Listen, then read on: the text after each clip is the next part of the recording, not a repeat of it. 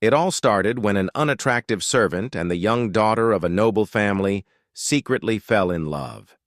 Even though they were just children, they cherished every moment they spent together. But their happiness was short-lived. The girl's family soon discovered their forbidden love and cast the servant out of the palace where he worked. They abandoned the poor boy in a freezing forest during a deadly cold winter. With no money to buy even a bite of food and no weapon to defend himself, he was utterly helpless. That day was the last time the girl ever saw him.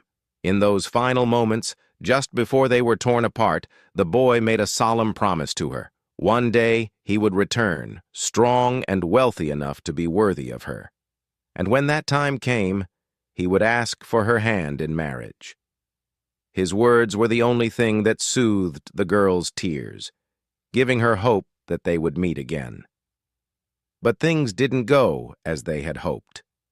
15 years passed. The boy survived that dreadful night, but instead of becoming someone honorable and worthy, he turned into the most feared and hated villain on the continent. The rumors about him were so terrifying that people began calling him the Demon Sword of Chaos. Just hearing his name was enough to make people tremble in fear. Or worse, seeing him in person, that was something no one wanted to experience. Meanwhile, the girl had grown into someone completely different.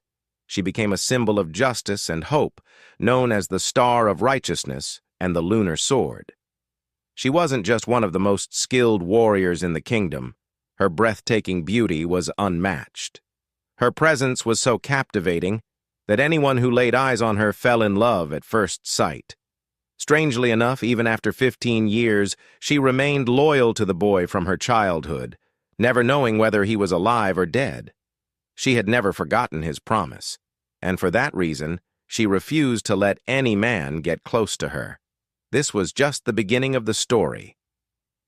Things took an interesting turn when the scene shifted to the present day, inside a bustling inn. The place was packed with adventurers and travelers, cheerfully chatting about their achievements and journeys. In one corner, a young man sat quietly, observing the lively crowd and wondering if this little inn truly lived up to its reputation as a hub for merchants and warriors. The young man, Ju Yun, was a warrior with a spear carefully wrapped and resting beside him. He was feeling good, relieved to have arrived safely, and even happier because the locals treated him so kindly. Out of either genuine friendliness, or perhaps because they mistook him for a skilled fighter, a group of adventurers invited Ju Yun to join their guild and work alongside them. But he politely declined. He explained that he wasn't here for work, he was here for something personal. More than a mission, it was a dream, a promise he absolutely had to keep. That was his only priority, and nothing would stop him. Not that anyone intended to stop him. However, a bald man in the group gave him a serious warning. He told Ju Yun to be extremely careful while moving around the area. Naturally, Ju Yun was curious and asked what he meant by that. With a creepy expression, the man explained that a dangerous monster was lurking near the village, a cruel, bloodthirsty figure who hunted martial artists and carried their severed heads around to instill fear in others. Ju Yun appeared impressed by the horror story, but the truth was he was already quite familiar with it. Sipping his tea calmly, he acted as if this was exactly why he had come. In the middle of their conversation, something, or rather, someone, walked into the inn, instantly grabbing everyone's attention. And sure enough, it was the very man they had just been talking about, the monstrous, wild-looking figure with his infamous bloody bag. With a heavy thud, he dropped the bag onto the floor and began walking forward. His mere presence sent chills through the room, freezing everyone in their seats. Everyone except Ju Hyun, who either didn't recognize him or simply didn't care who he was.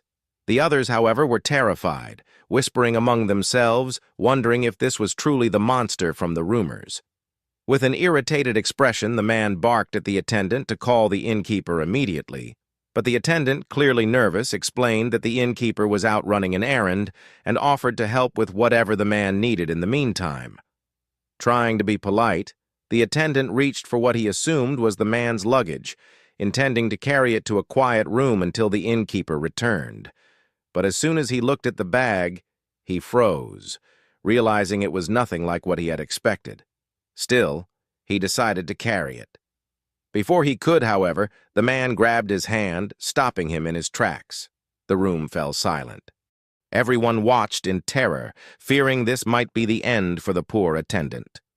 With a chilling side glance, the monstrous man loudly declared that the bag contained his prey and that no one but him had the right to touch it.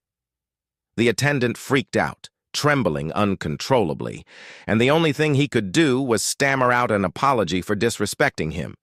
The unsettling scene sparked murmurs among the crowd. People whispered that this man was just as cruel as the rumors claimed. But before he could do anything else, the bag suddenly started to move. The noise immediately caught the man's attention. He turned toward it, his expression dark and menacing. With a voice that sent shivers down everyone's spine, he muttered an apology to his prey.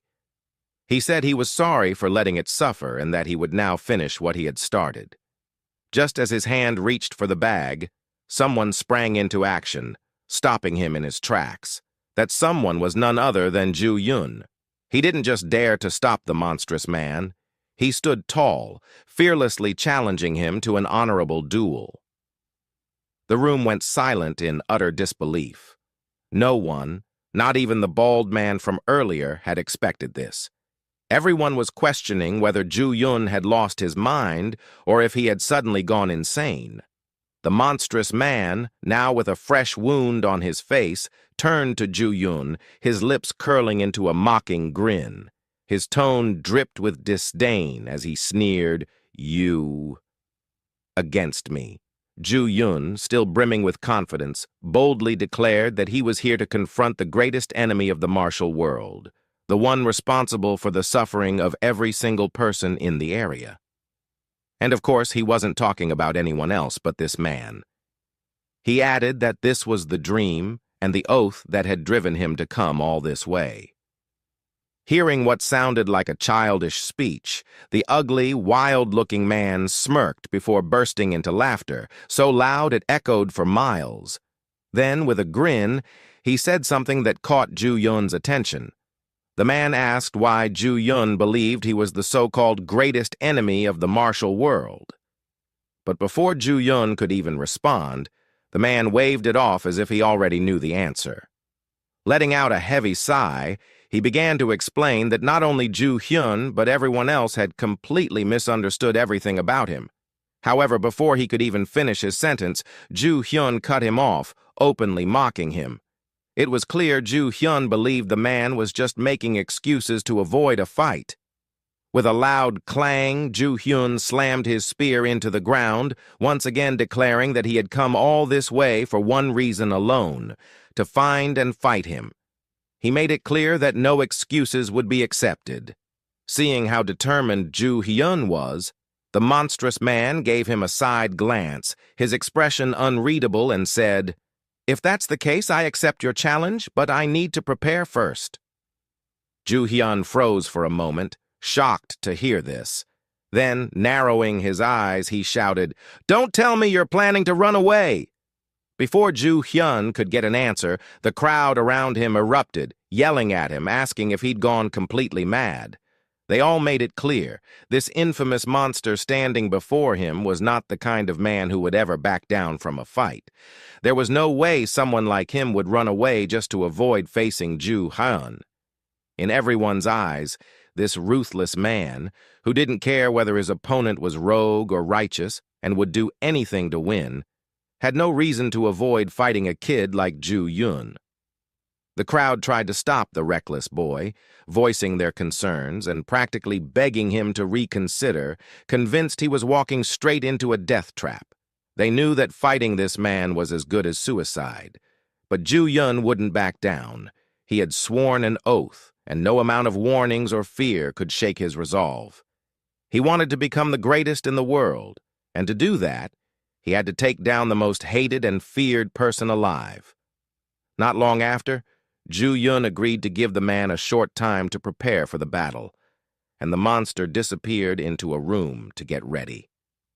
At first, It seemed like he had gone to strategize or prepare for the fight. But that wasn't the case at all.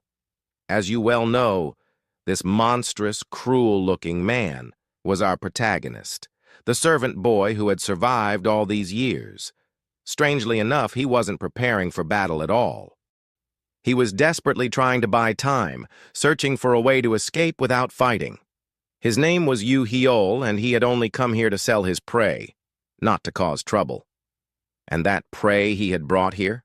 It was nothing more than a small boar he had barely managed to hunt earlier.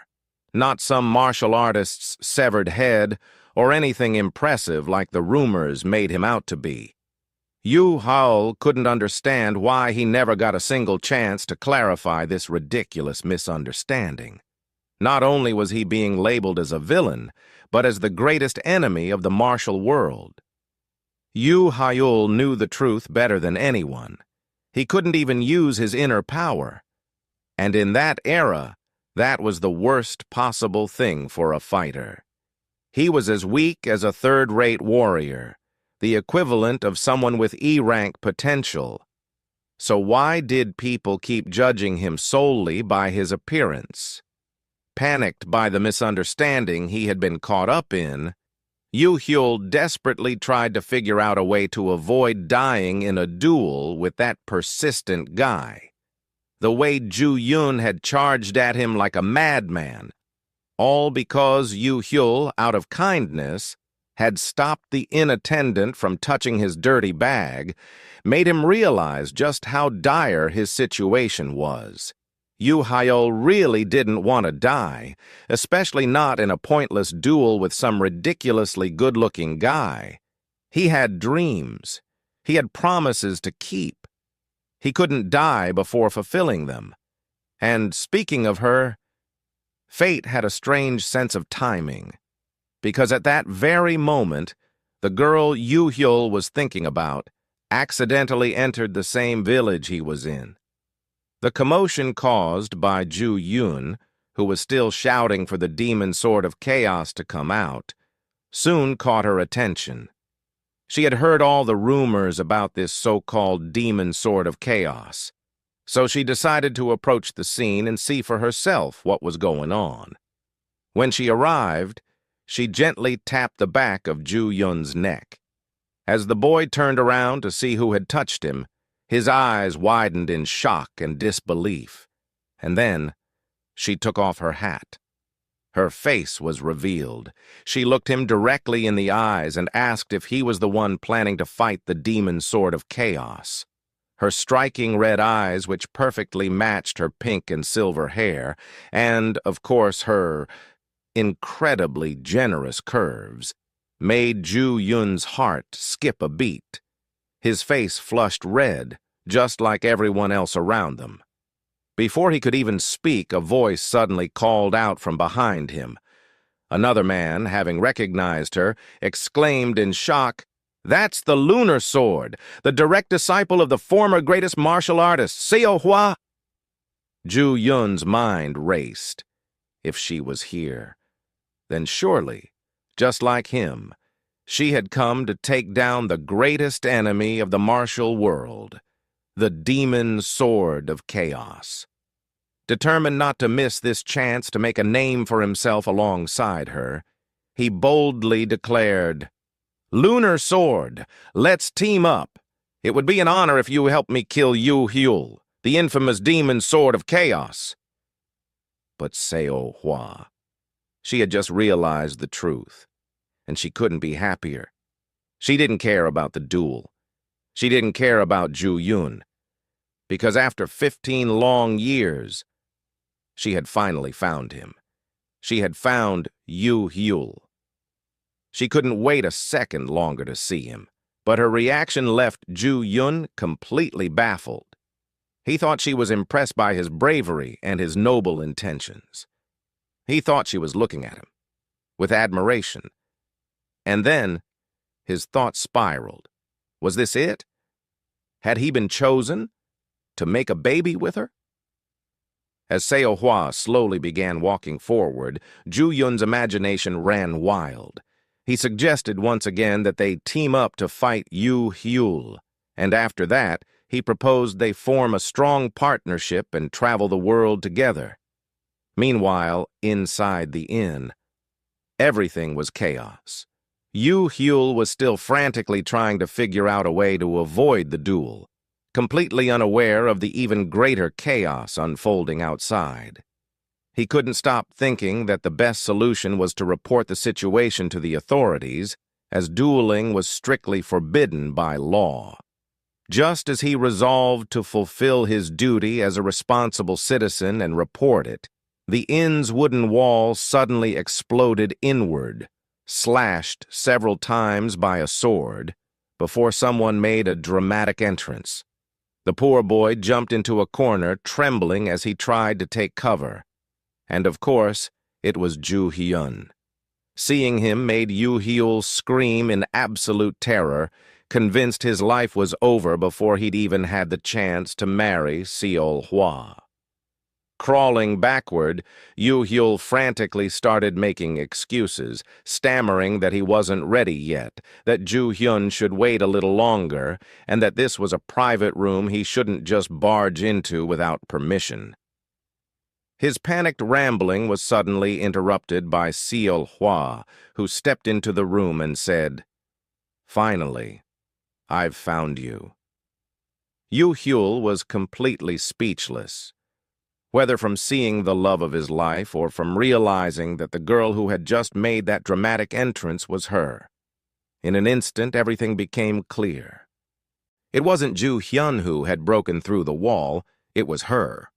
The girl had used the poor boy's unconscious body to shatter the wall and the inn's door, all to make a point.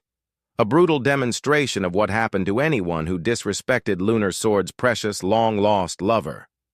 As she tossed Ju-hyun's battered, unconscious body to the ground, Seol-hwa turned her attention to Yahello and began walking toward him. With confidence, she proudly declared that she had become one of the strongest martial artists on the continent and now had more than enough money to start the best life for both of them.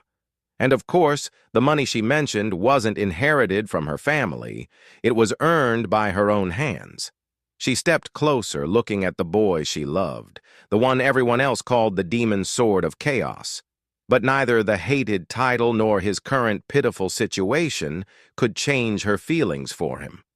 Without hesitation, Seol-hwa looked him in the eyes and asked him to marry her, boldly stating that there was nothing and no one who could stop their marriage now. Unlike what the people outside imagined, an explosive clash between two supernovas, the greatest hero Lunar Sword and the most feared villain Demon Sword, inside the boy's resting room, everything was surprisingly calm. The boy, being a little clueless, didn't actually recognize Seol-hwa. Even after she reminded him of their promise, he just stared at her quietly. Then, suddenly, he pointed to a door behind him and said, "You're looking for the Demon Sword of Chaos, right?" He just left the room. But Yahello himself realized, with his face plastered on wanted posters everywhere, that this lame trick wasn't going to work. Since he wasn't getting any answers from her, he figured this was his best chance to make a run for it. He awkwardly started walking toward the exit, mumbling apologies and saying he had urgent business to attend to. But things didn't go as planned. Seol-hwa gently grabbed his hand, stopping him. And in that moment, Yahello thought, "This is it. This is the end for me." But instead of hurting him, she did something completely unexpected. She pulled off his glove and placed his hand gently on her cheek. The gesture, so familiar, so tender, brought back memories. It was the way he used to show his affection. Feeling Yahello's hand, even though she was the one guiding it, made her blush, just like she used to in the past. And then, in a soft voice, she asked, "Call my name again." Finally, the clueless and forgetful man started to realize, "Are you Lady Seol?" And suddenly, the memories of their secret love came rushing back to him. As someone who had been sold into Seol's wealthy family as a slave during a famine, he never expected to be treated with kindness. let alone loved by the family's youngest daughter. He suddenly realized just how much he had missed those days. That was the last thing he remembered before snapping back to reality, finding himself sitting near the same girl he used to secretly love.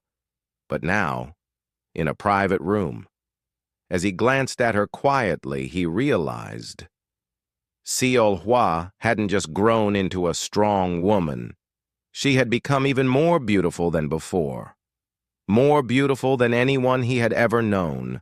But even now that he knew who she was, Yahello felt uneasy sitting so close to her. The silence was finally broken when Hua suddenly asked, "Why aren't you drinking your tea?" Startled, the boy awkwardly thanked her and said he would drink it right away. Trying to be more polite, he added, "My lady," at the end of his sentence. Immediately, Seol's expression darkened. She reminded him again of the promise they had made, that he wouldn't call her lady. Not wanting to upset her, Yu hesitated before calling her Lady Seol instead, but it still wasn't enough for her. She didn't like how distant and formal it sounded, as if he were speaking to a stranger. Determined to fix his mistake, the boy decided to take a step forward. Blushing and too embarrassed to look her in the eyes, he softly said Seol's name and told her he was happy to see her again. That simple sentence was enough to light up her face, transforming her into the cheerful girl he remembered. She responded with a smile, saying she was even happier to see him again. Her beautiful face and the way she reacted made it nearly impossible for the boy to control his wandering thoughts. To distract himself and calm his wild imagination, Yu quickly pointed to Seol's sword and asked if she had really become a martial artist.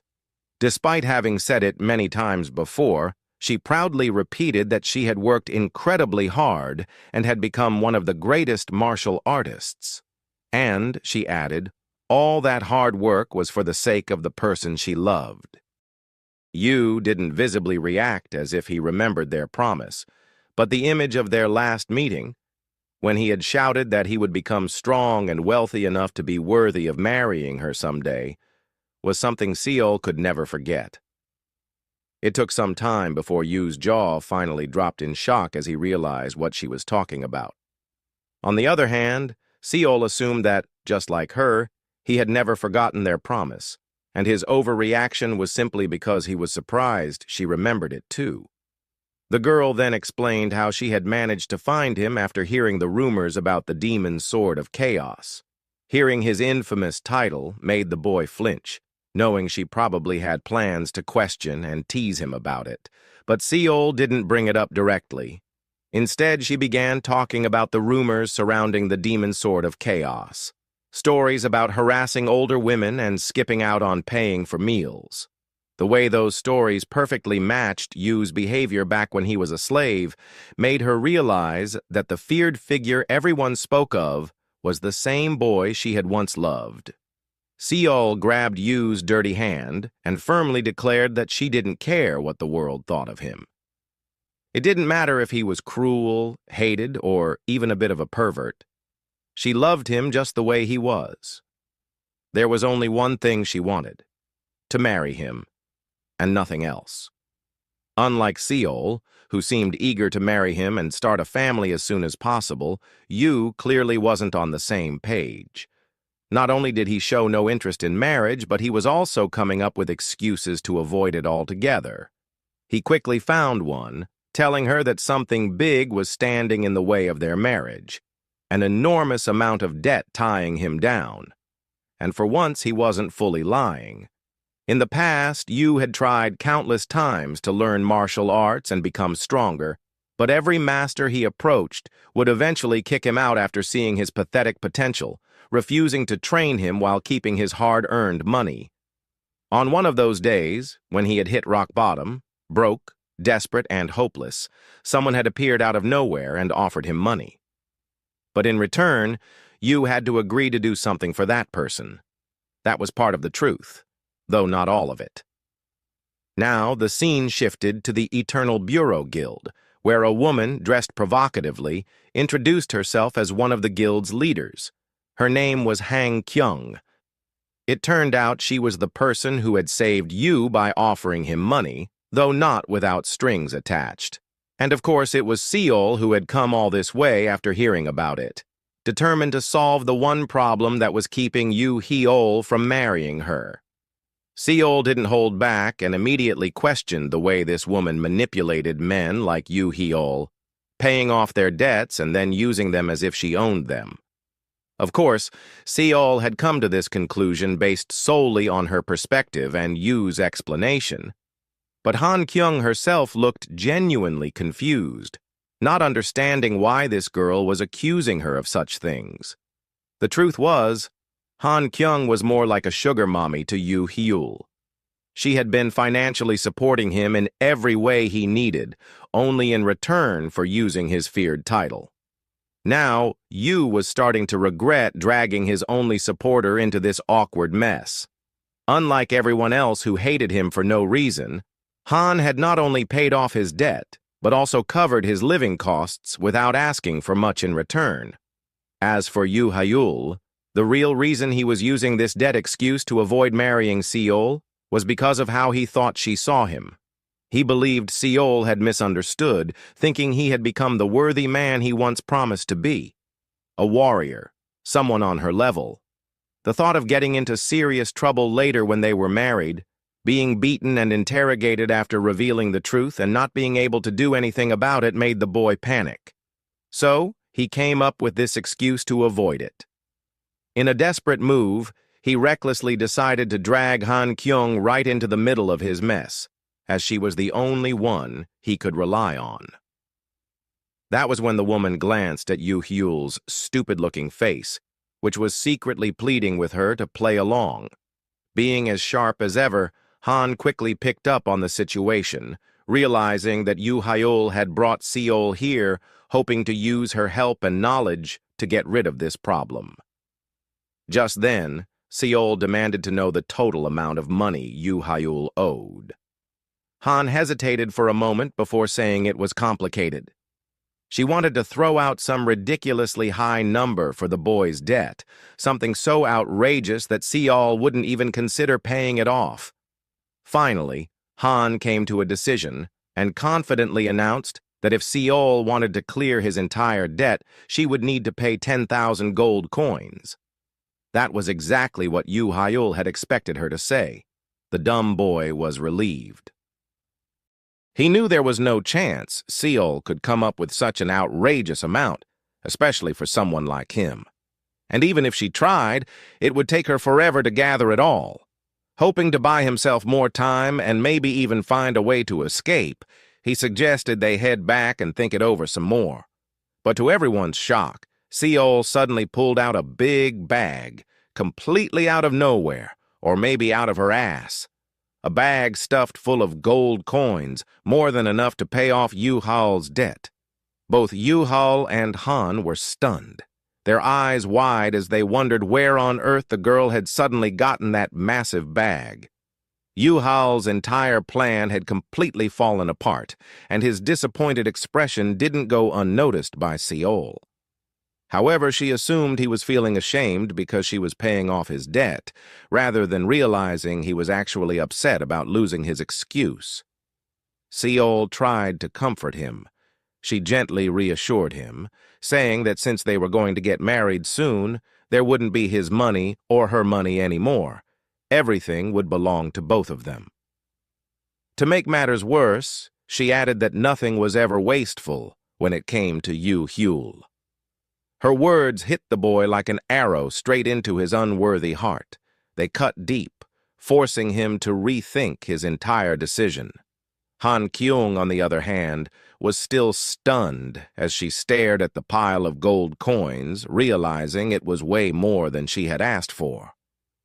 But as she glanced at Yu Heol, she noticed he was being dragged into an unwanted marriage. She figured she needed to take things a step further if she wanted to make Seol feel disappointed or back off. With a sly idea forming in her mind, Han slowly got to her feet, a mischievous glint in her eyes, and suddenly shouted, "Hold on!" Seol and Yahello were just about to leave, but Seol turned back at the sound of Han's voice, half expecting her to demand more money. However, this wasn't about money at all. Hang stepped toward Yahello and, without warning, wrapped her arms tightly around him in a hug. It was unclear whether she was pretending or actually revealing the truth about their real relationship and the reason she had been paying for his living expenses. Even Yahello himself was caught completely off guard, shocked by the bold move Hang had just pulled. Seol's eyes widened in shock and disbelief as she watched the scene unfold.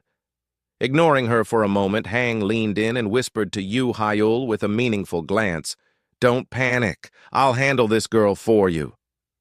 But things didn't play out the way she had expected. Seol wasn't about to let this slide so easily.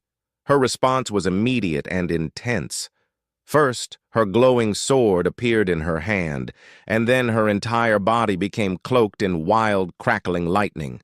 She glared at Hang Kyung, her voice sharp and commanding as she demanded, "Step away from Yahello right now, or I'll make you do it by force." In that instant, both Hang and Yahello realized they were in deep trouble.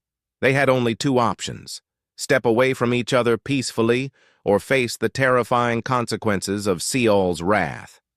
As soon as Seol Hwa started walking forward, Hang began regretting her decision, thinking she might have gone too far this time.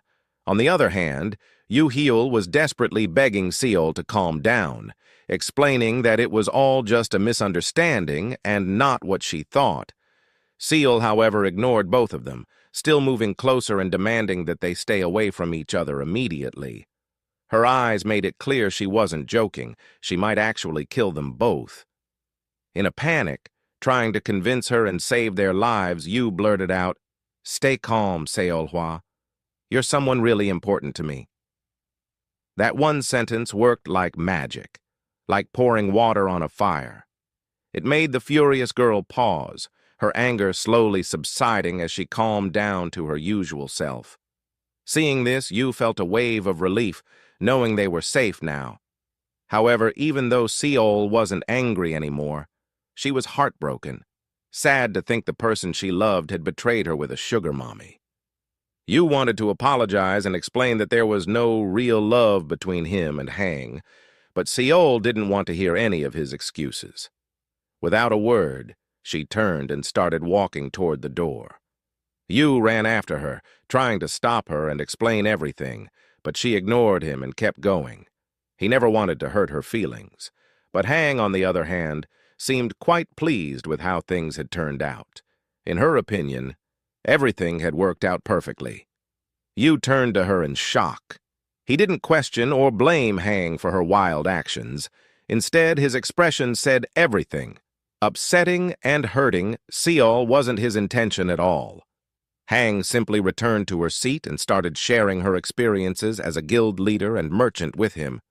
To her, this wasn't exactly the most peaceful solution, but it was definitely the most effective way to stop the unwanted marriage, the only reason Yu had come here in the first place.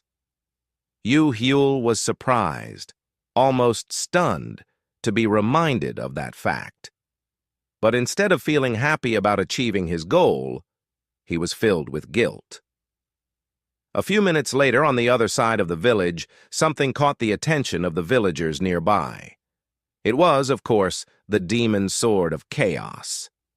Yu's dark presence and aura surrounding him were impossible for them to ignore. However, it was all just in their imagination. Yu was simply walking along, consumed by regret for hurting Seol Hwa's feelings and making it seem like he had cheated on her. These overwhelming emotions of sadness brought back memories of the past, when he was just a lowly servant. Back then, Seol Hwa had treated him with more kindness than he deserved, seeing him not as a lowly boy but as someone worthy of her love. Yahello couldn't help but wonder why, even after all his efforts to close the gap between them and stand proudly by her side, did nothing ever seem to change. Her kindness and his love always felt just out of reach. The boy made up his mind. He had to find Seol as quickly as possible and explain the truth, everything she needed to know. Just then, he overheard a conversation that caught his attention. Not far away, a man was telling his wife that he had just seen a woman with white hair, dressed entirely in white, running through the mountains as if she had seen a ghost, heading straight toward the edge of a cliff. Hearing this, Yahello instantly realized it had to be Seol. His heart sank as he thought she was going to end her life because of his reckless behavior. A moment later, the woman suddenly started trembling in fear, making her husband wonder if she was scared that something terrible might happen to the mysterious woman he had just mentioned. But her horror wasn't because of his story. It was because of the sight of the demon's sword of chaos. Yu slowly revealed his presence by asking her husband exactly where he had seen the woman. Minutes later, Yahello arrived at the location the man had described, panting and completely out of breath. He wasn't sure if he was in the right place, so he looked around, hoping to find some sign of her. Within seconds, his eyes landed on Seol. She was standing at the edge of the cliff, seemingly ready to end her life, and it was all because of him.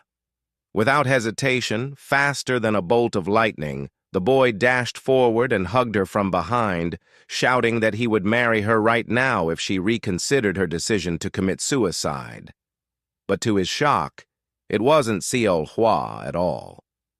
It was a 200-year-old grandpa who froze in surprise. Yahello's shock quickly turned to embarrassment, his face burning bright red at the absurdity of the situation. A young man suddenly declaring his willingness to marry an old man and do whatever he wanted. It was only then that Yahello realized how ridiculously reckless he had been, charging ahead without even checking if it was really Seol. Feeling horribly awkward, he quickly let go, turned away, and started apologizing profusely, explaining that he had mistaken the old man for someone else. But to his surprise, the grandpa wasn't about to let him off the hook so easily. As Yu tried to leave, the old man shouted after him, demanding, "Are you really just going to walk away like that? So irresponsibly?" Yahello's eyes widened in shock, realizing the grandpa wasn't talking about himself at all. Instead, he was offering advice about Yu's relationship with Seol, speaking like someone who somehow knew everything that had happened between them, from the past to the present. The old man shouted again, "Do you even know what was reflected in that child's eyes when you heard her?" His voice boomed with authority as he continued. "Anger, disappointment, sadness, whatever it was, don't you dare underestimate the feelings of someone like her." Finally, Yahello understood what the old man was saying. He began to wonder if this was a messenger from the gods, sent to show him the right path. He turned to thank the old man and ask for some wise advice about his situation. But that's when Yahello realized the old man wasn't even talking to him. Instead, he was ranting at a tree behind him. Just then, the man's grandchild came rushing over, scolding his grandfather and demanding to know why he had wandered off again without telling anyone. Yahello's jaw dropped. He was completely speechless. In that moment, nothing made sense to him. The old man's speech had felt like it was directed at him, but it turned out it wasn't at all. By the time Yahello finally made his way back down the mountain, the sun was setting, and he felt like he had completely wasted his time. Even so, the old man's words about not underestimating Seolhwa's feelings kept running through his mind, making him feel even worse. When he finally arrived home, his head hung low, still wondering what he should do next. He was so lost in thought that he didn't even notice Seol standing right in front of him. He only snapped out of it when she greeted him and welcomed him home, leaving him stunned for a moment. He shouted in disbelief, demanding to know when and how she had gotten in. Seol casually explained that she had been there the whole time after leaving him earlier. The girl declared that she had actually found his house even before they ran into each other during the incident that morning. Yahello froze for a moment, caught between relief and guilt. He was happy to see Seol safe and sound, but it didn't take long for him to notice her face. She had clearly been crying a lot today. Seol was surprised that Yahello noticed, but she tried to deny it. Still, it wasn't something she could hide, and the boy became more persistent, knowing it was because of what had happened today and how he had hurt her feelings. Determined to clear things up, he decided to explain everything about him and Han Kyung, making it clear that it had all been a misunderstanding. However, Seol had already figured out the truth. She knew there was no love between them and that it wasn't a case of cheating. But the fact that he had gone to such lengths just to avoid marrying her, that was what truly hurt her. That was what made her sad and, of course, angry. Yahello froze when he heard this, realizing she already knew everything. But then, the old man's words echoed in his mind, urging him to be honest for once. Instead of denying it or lying to convince her otherwise, he admitted the truth. He confessed that he really couldn't marry her. As soon as Seol heard those words, tears filled her eyes uncontrollably. She apologized, disappointment written all over her face, avoiding his gaze as she told him she wouldn't bother him anymore and would leave immediately. But Yahello wasn't going to let her go. He placed his hands on her shoulders, stopping her in her tracks. Seol's disappointed expression quickly turned to shock when Yu blurted out, "No, that's not it, Seol." She had been expecting something sweet and reasonable to explain why they couldn't get married. Instead, to her surprise, Yahello suddenly shouted, admitting that his average income was only 200 yen per month. That amount wasn't even enough to fill his own stomach. It seemed that was the real reason he couldn't afford to marry her right now. Seol blinked in confusion, not at all expecting this.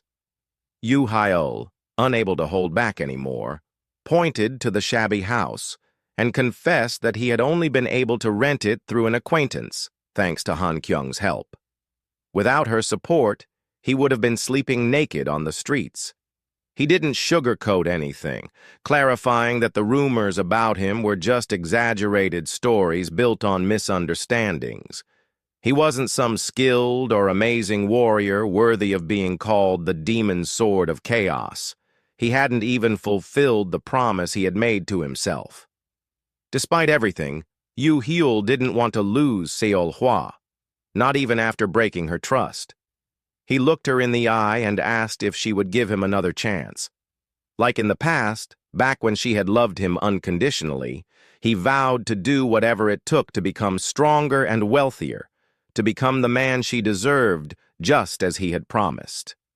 Then, without thinking, Yu suddenly hugged Seol tightly, pressing her into his arms, only to show how serious he was about their future. Seol froze in surprise. She hadn't expected this. She knew well that it had been more than 15 years since they had hugged each other like this. Yahello was having the hardest time, his face red and completely embarrassed. Still, if he wanted to propose officially and eventually be with the girl he loved, he knew he had to take the first step now. Surprisingly, it worked. The girl agreed to wait as long as it took for him to become rich and strong enough, and only then would they marry each other. Everything seemed settled, but neither of them was ready to let go of the other just yet. Then Yu did something interesting, something any perverted guy might do in that situation. He lowered his hand from around Seol's neck and with a sneaky move touched the girl's lower body without saying a word. Almost immediately, he realized it wasn't the smartest move. After all, they weren't even a couple yet. He had wanted to do something bold, but he quickly decided it would be better to wait until they were officially husband and wife. But Seol wasn't letting go either. She held on to him tightly, her grip firm, almost possessive. Suddenly, she pushed Yahello backward, making him stumble as his foot caught on something. His back hit the wall, and before he could react, Hua leaned in uncomfortably close, so close that Yahello, already blushing furiously, felt like he was going to lose control. Acting all innocent, he tried to stop Hua before things went too far, but she wasn't planning to back off until she got what she wanted. She crawled closer, upright enough to be face to face with the flustered boy, and whispered slowly, "Let's have the wedding ceremony in front of our future kids." And with that, they started messing around with each other. Just as anyone would expect, their playful screams filled the air. Meanwhile, someone passing by in the alley overheard their voices. Of course, he had no idea what they were actually doing. Instead, he assumed the lunar sword had finally tracked down the demon sword of chaos, and now the two were locked in an intense battle. Faster than lightning, rumors began to spread. With each retelling, the story got twisted, exaggerated, and sprinkled with everyone's own perspectives and judgments. Before long, not just the village, but the entire world was buzzing with wild versions of the event. And as usual, no one had any clue what had actually happened. Eventually, the rumors morphed into claims that the demon sword had killed the lunar sword, and they reached someone specific, a pink-haired girl who seemed visibly overjoyed by the news. Of course, she wasn't alone. She was guarded by another woman who didn't hesitate to ask if she was planning to take action. The pink-haired girl gave a confident nod and said, "Since one of the greatest stars in the world has fallen, it's my responsibility to step in and make sure the world knows my name, and my guild's name." A few days later, on an early, peaceful morning, Cyan woke up after spending a long and wonderful night with the so-called ugly guy. She was fixing her hair with a satisfied smile on her face. At the same time, she kept glancing at the door of the house where Yu was still sleeping. She couldn't have been happier, knowing she no longer had to search for her childhood love. Eager for him to wake up so they could practice some wrestling techniques again, just thinking about it made excitement bubble inside her. But her peaceful, dreamy moment was suddenly shattered when someone appeared out of nowhere, shouting angrily and calling Yu an ugly bastard rascal. Of course, this made Seol's mood change in an instant. The man didn't even notice her and kept yelling, "Let's end this today, demon sword of chaos!" He was clearly not planning to leave until he had given Yu a proper beating. Despite knowing exactly who Yu was, the infamous demon sword of chaos, the man seemed completely unafraid. Just as he declared, "I haven't forgotten what day it is," a sword sliced through the air, stopping him mid-sentence. Unsurprisingly, it was Lady Seol. She couldn't stand to see her boyfriend being insulted by this scruffy-looking man. Pressing the blade closer to him, she glared and demanded, "What's so important about today that you haven't forgotten?" Terrified and lost for words, the man froze. But before he could respond, Seol smirked and answered her own question. "It's your death anniversary." Her words sent chills down his spine, but somehow he managed to muster the courage to stammer out a question. "Who even are you? I've never seen you before." Leaning in slowly, her voice low and laced with anger, Seol whispered, "I'm the mistress of this house." The man blinked in disbelief before nervously revealing the truth. He was the landlord of the house, the very house she had just claimed as her own. That's when it hit Lady Seol. She had gone completely overboard again. But of course, this was just part of her personality, and there wasn't much she could do about it. Sensing an opportunity to defuse the situation, the man quickly clarified, "I'm just here to collect the rent." That's all I meant when I said I hadn't forgotten this day. Realizing her mistake, Seol stepped back, letting the awkward tension settle. With that, the uncomfortable situation came to an end, and the scene shifted to the kitchen. There, Lady Seol, back to her usual self, was cooking up a storm like a pro chef. preparing food for the day ahead. The so-called demon sword of chaos finally woke up after all the commotion, completely clueless as to why the landlord was even there. The landlord, however, wasn't about to let things slide. He was furious. Not only had Yu failed to pay rent for several months, but now his so-called wife had tried to kill him without even knowing who he was. And to make matters worse, this landlord was also the innkeeper whose inn Yu and Lady Seol had managed to turn into a ruined building. It all made sense why the man was shouting in anger. But Yu, ever the broken, resourceful man, decided to play the victim. He apologized profusely, insisting it wasn't his fault at all. The landlord, however, wasn't buying it. An apology wasn't going to cut it. His fury was palpable, until he noticed a shadowy figure watching him closely. Of course, it was none other than Lady Seol. She stood there silently, a sharp cleaver in her hand, her eyes locked on him like a predator sizing up its prey. The landlord quickly realized that, for his own safety, it might be best to handle this situation more peacefully. A few tense moments later, they all moved outside, sitting across from each other to talk things through. Seizing the opportunity while Seol wasn't around, the landlord cautiously leaned toward Yu and whispered, "Who is that crazy woman? And what did she mean by calling herself the mistress of this house?" At first, Yu was taken aback by the sudden question, but he quickly composed himself and confidently explained that she was the same woman he had mentioned before, the lady he once served and promised his future to. The ugly landlord vaguely remembered hearing this story before, but he had never imagined it was real. He always thought Yu was just talking about some fantasy or dream of his. Even though the landlord knew of Seol and her reputation as the Lunar Sword, he had never had the chance to meet her in person. So when Yu mentioned her name, the man froze in shock. Part of his surprise came from the fact that he couldn't wrap his head around someone as beautiful as Seol choosing to live with someone like this ugly loser.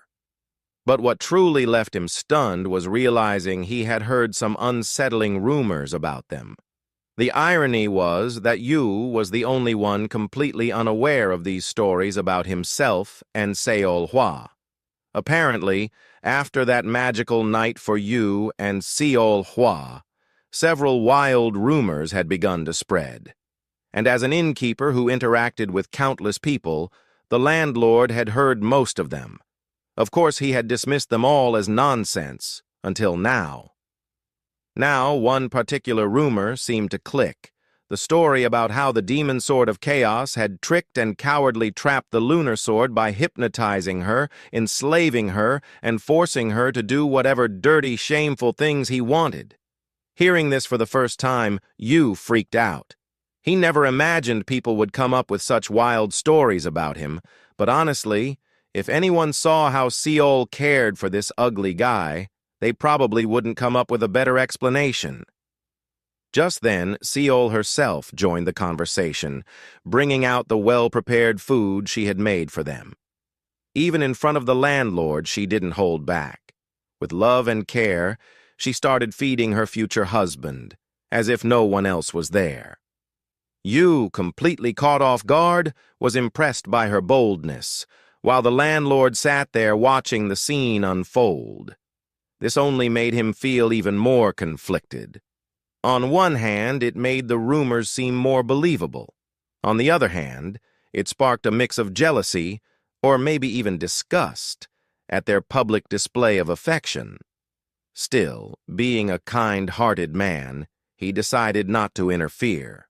Instead, he chose to warn them about how the whole world now saw them as two shining opposite stars of martial arts, a pairing that had already attracted major attention. Unlike Yu, who always panicked at the slightest problem, Seol remained calm. Gently, she grabbed his hand and, with a loving, reassuring look, reminded him that he had nothing to worry about as long as they stood by each other's side. That one look of hers was enough to give any man the confidence to face an entire army alone, and Yu was no exception. Yu raised his hand and clenched his fist, silently vowing to himself that he would become a master no matter what. He promised to buy a proper house for her, and when that day came, nothing in the world would tear them apart. Their eyes met afterward, and they looked like they were ready to start another round of baby-making. Luckily, the landlord was still there, watching them with a disgusted expression. He made a circle with his fingers and, in a mocking voice, like he could read the boy's mind, said that Yu should probably focus on paying his rent and debts before getting carried away. To his surprise, Yu immediately came up with a brilliant plan for that. Hours passed, and the sun slowly gave way to the moon. The landlord, who had been irritated earlier, now looked excited because Yu and Lady Seol had gone back to Yu's sugar mommy to borrow some money and clear his debts. To Yu's surprise, after he calmly explained how everything had been resolved with Seol, Han didn't hesitate to return Seol's gold, something he had never expected. They didn't keep the landlord waiting long and quickly returned. The man's excitement grew even more when he saw the amount of gold they had brought. It was tempting enough for him to offer his shabby house in exchange for the gold right then and there. However, Yu turned down the offer immediately. Not only did he know the house wasn't worth that much, but even if it was, they needed to save some money for later. Besides, it was Seol's money, not his, so he couldn't just waste it like that. Hearing this, Seol grabbed his hand, placed her head on his chest, and gently reminded him that the gold belonged to both of them, not just her. Like a pair of lovebirds, they started messing around, rubbing against each other and completely ignoring the landlord, who stood there on the verge of losing his patience at their childish behavior. Still, he didn't say anything, and all of them just headed back to their place, continuing their playful antics without a care for the landlord. Trying to act like he wasn't bothered, the man suddenly started talking about his plans for the house, asking Yu to take good care of it since he wanted to rent it out in the future. Yu didn't hesitate to reassure him, promising that he wouldn't let the house take even the slightest damage from now on. He hadn't even finished talking when, all of a sudden, his face and the surroundings lit up with a sudden burst of lightning. It seemed like fate was determined to mess with Yu, as he quickly realized that the house they had just been talking about was now up in flames. It didn't take long for the other villagers to notice and gather around to watch the spectacle. Meanwhile, the landlord and Yu stood there in complete shock, frozen as they watched the house being devoured by flames. Slowly, the landlord reached for the bag of gold and took it, believing that Yu was responsible for the house's safety. Yu just stood there, eyes and mouth wide open, too stunned to even try stopping him from taking the money. Things only got worse when, out of the flames, the pink-haired girl from earlier suddenly leapt forward, grinning smugly as she proudly announced that she was the one behind it all. As soon as her feet hit the ground, she called out Yu's title like she'd known him forever and went on to introduce herself. "I'm the next head of the Four Heavens cult, the Poisonous Phoenix, Tang Hai."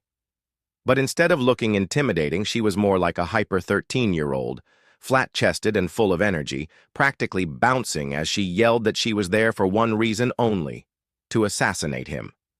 Aside from Yu and his landlord, who were both completely caught off guard by the unexpected events, the crowd was eager to see what would happen next.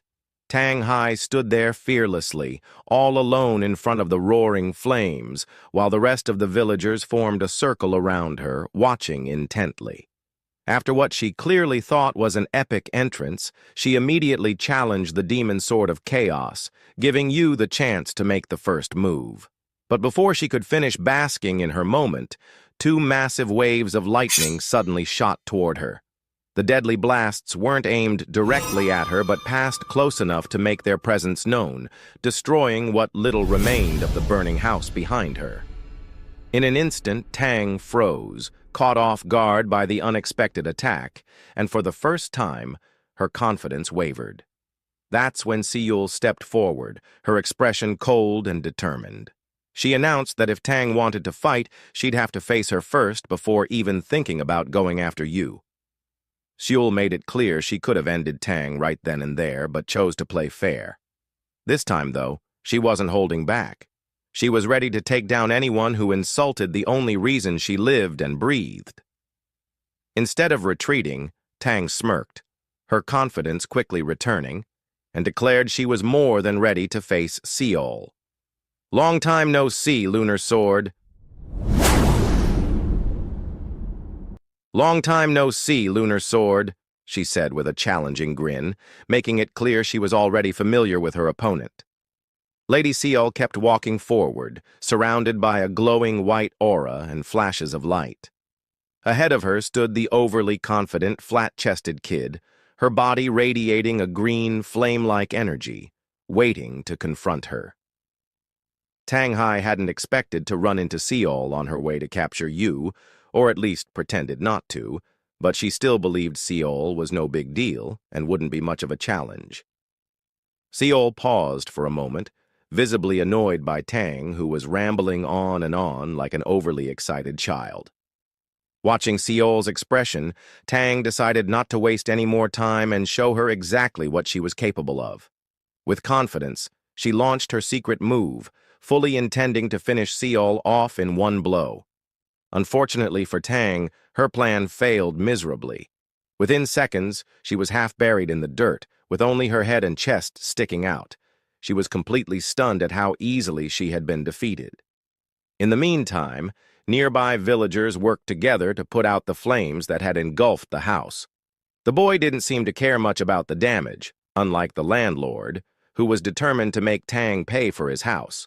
Instead, he was more focused on figuring out why this hyperactive kid had suddenly shown up, burned his house down, and tried to assassinate him. Tang, despite being defeated and captured, refused to admit anything.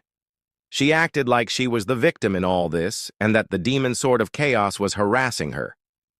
But in reality, this was all part of her plan. As the heir to a powerful noble family, Tang wasn't about to go down without a fight. So she just needed to buy herself some time to come up with something. Just then, someone suddenly descended from the sky, landing right in the middle of the scene. It was, of course, Tang's loyal underling, a skilled martial artist, as Tang shouted, "Come forth, my royal and excellent assistant!" Seol calmly placed her hand on the woman's head and used her abilities to bury her in the ground, just like she had done to Tang earlier. Tang made a huge fuss, calling the woman every mighty and impressive title she could think of. But within seconds, before she could even process what had happened, her hope turned into pure disappointment when her assistant was completely defeated in a flash. Yu, watching the whole thing from a distance, was stunned. He couldn't believe how Seol had single-handedly taken down these two so-called skilled women in such a one-sided battle. Later, after the chaos had settled down, Yu questioned the pair to figure out why they had caused all this trouble. Tang, still brimming with misplaced confidence, boldly claimed she was just doing her duty as a hero and trying to save the world from its greatest enemy. She explained that since she couldn't find Yu at his house, she came up with a simple strategy, burning the house down to force him to return. It was a statement that definitely didn't sit well with the landlord, who wasn't thrilled to hear about her destructive plan. Moments later, Yu was completely shocked when Tang brought up one of the countless rumors she had heard recently.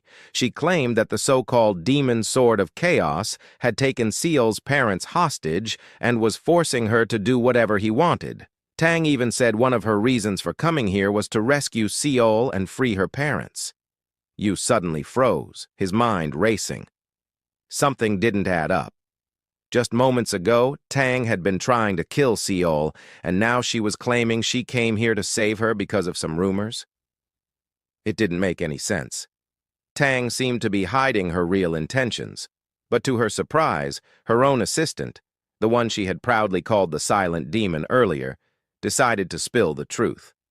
The assistant bluntly revealed that Tang's actual goal was to use this opportunity to catch the lunar sword off guard and assassinate her, not the boy. Seol, who had been watching the whole scene with curiosity, listened carefully, wondering why Tang had targeted her. The silent demon didn't hold back, laying everything out in the open. She explained that it all started a year ago during a martial arts competition, where Tang had been utterly defeated by the lunar sword. Tang, clearly panicking, tried to shut her assistant up. She yanked at her long hair, smacking it into the woman's face in an attempt to get her to stop talking.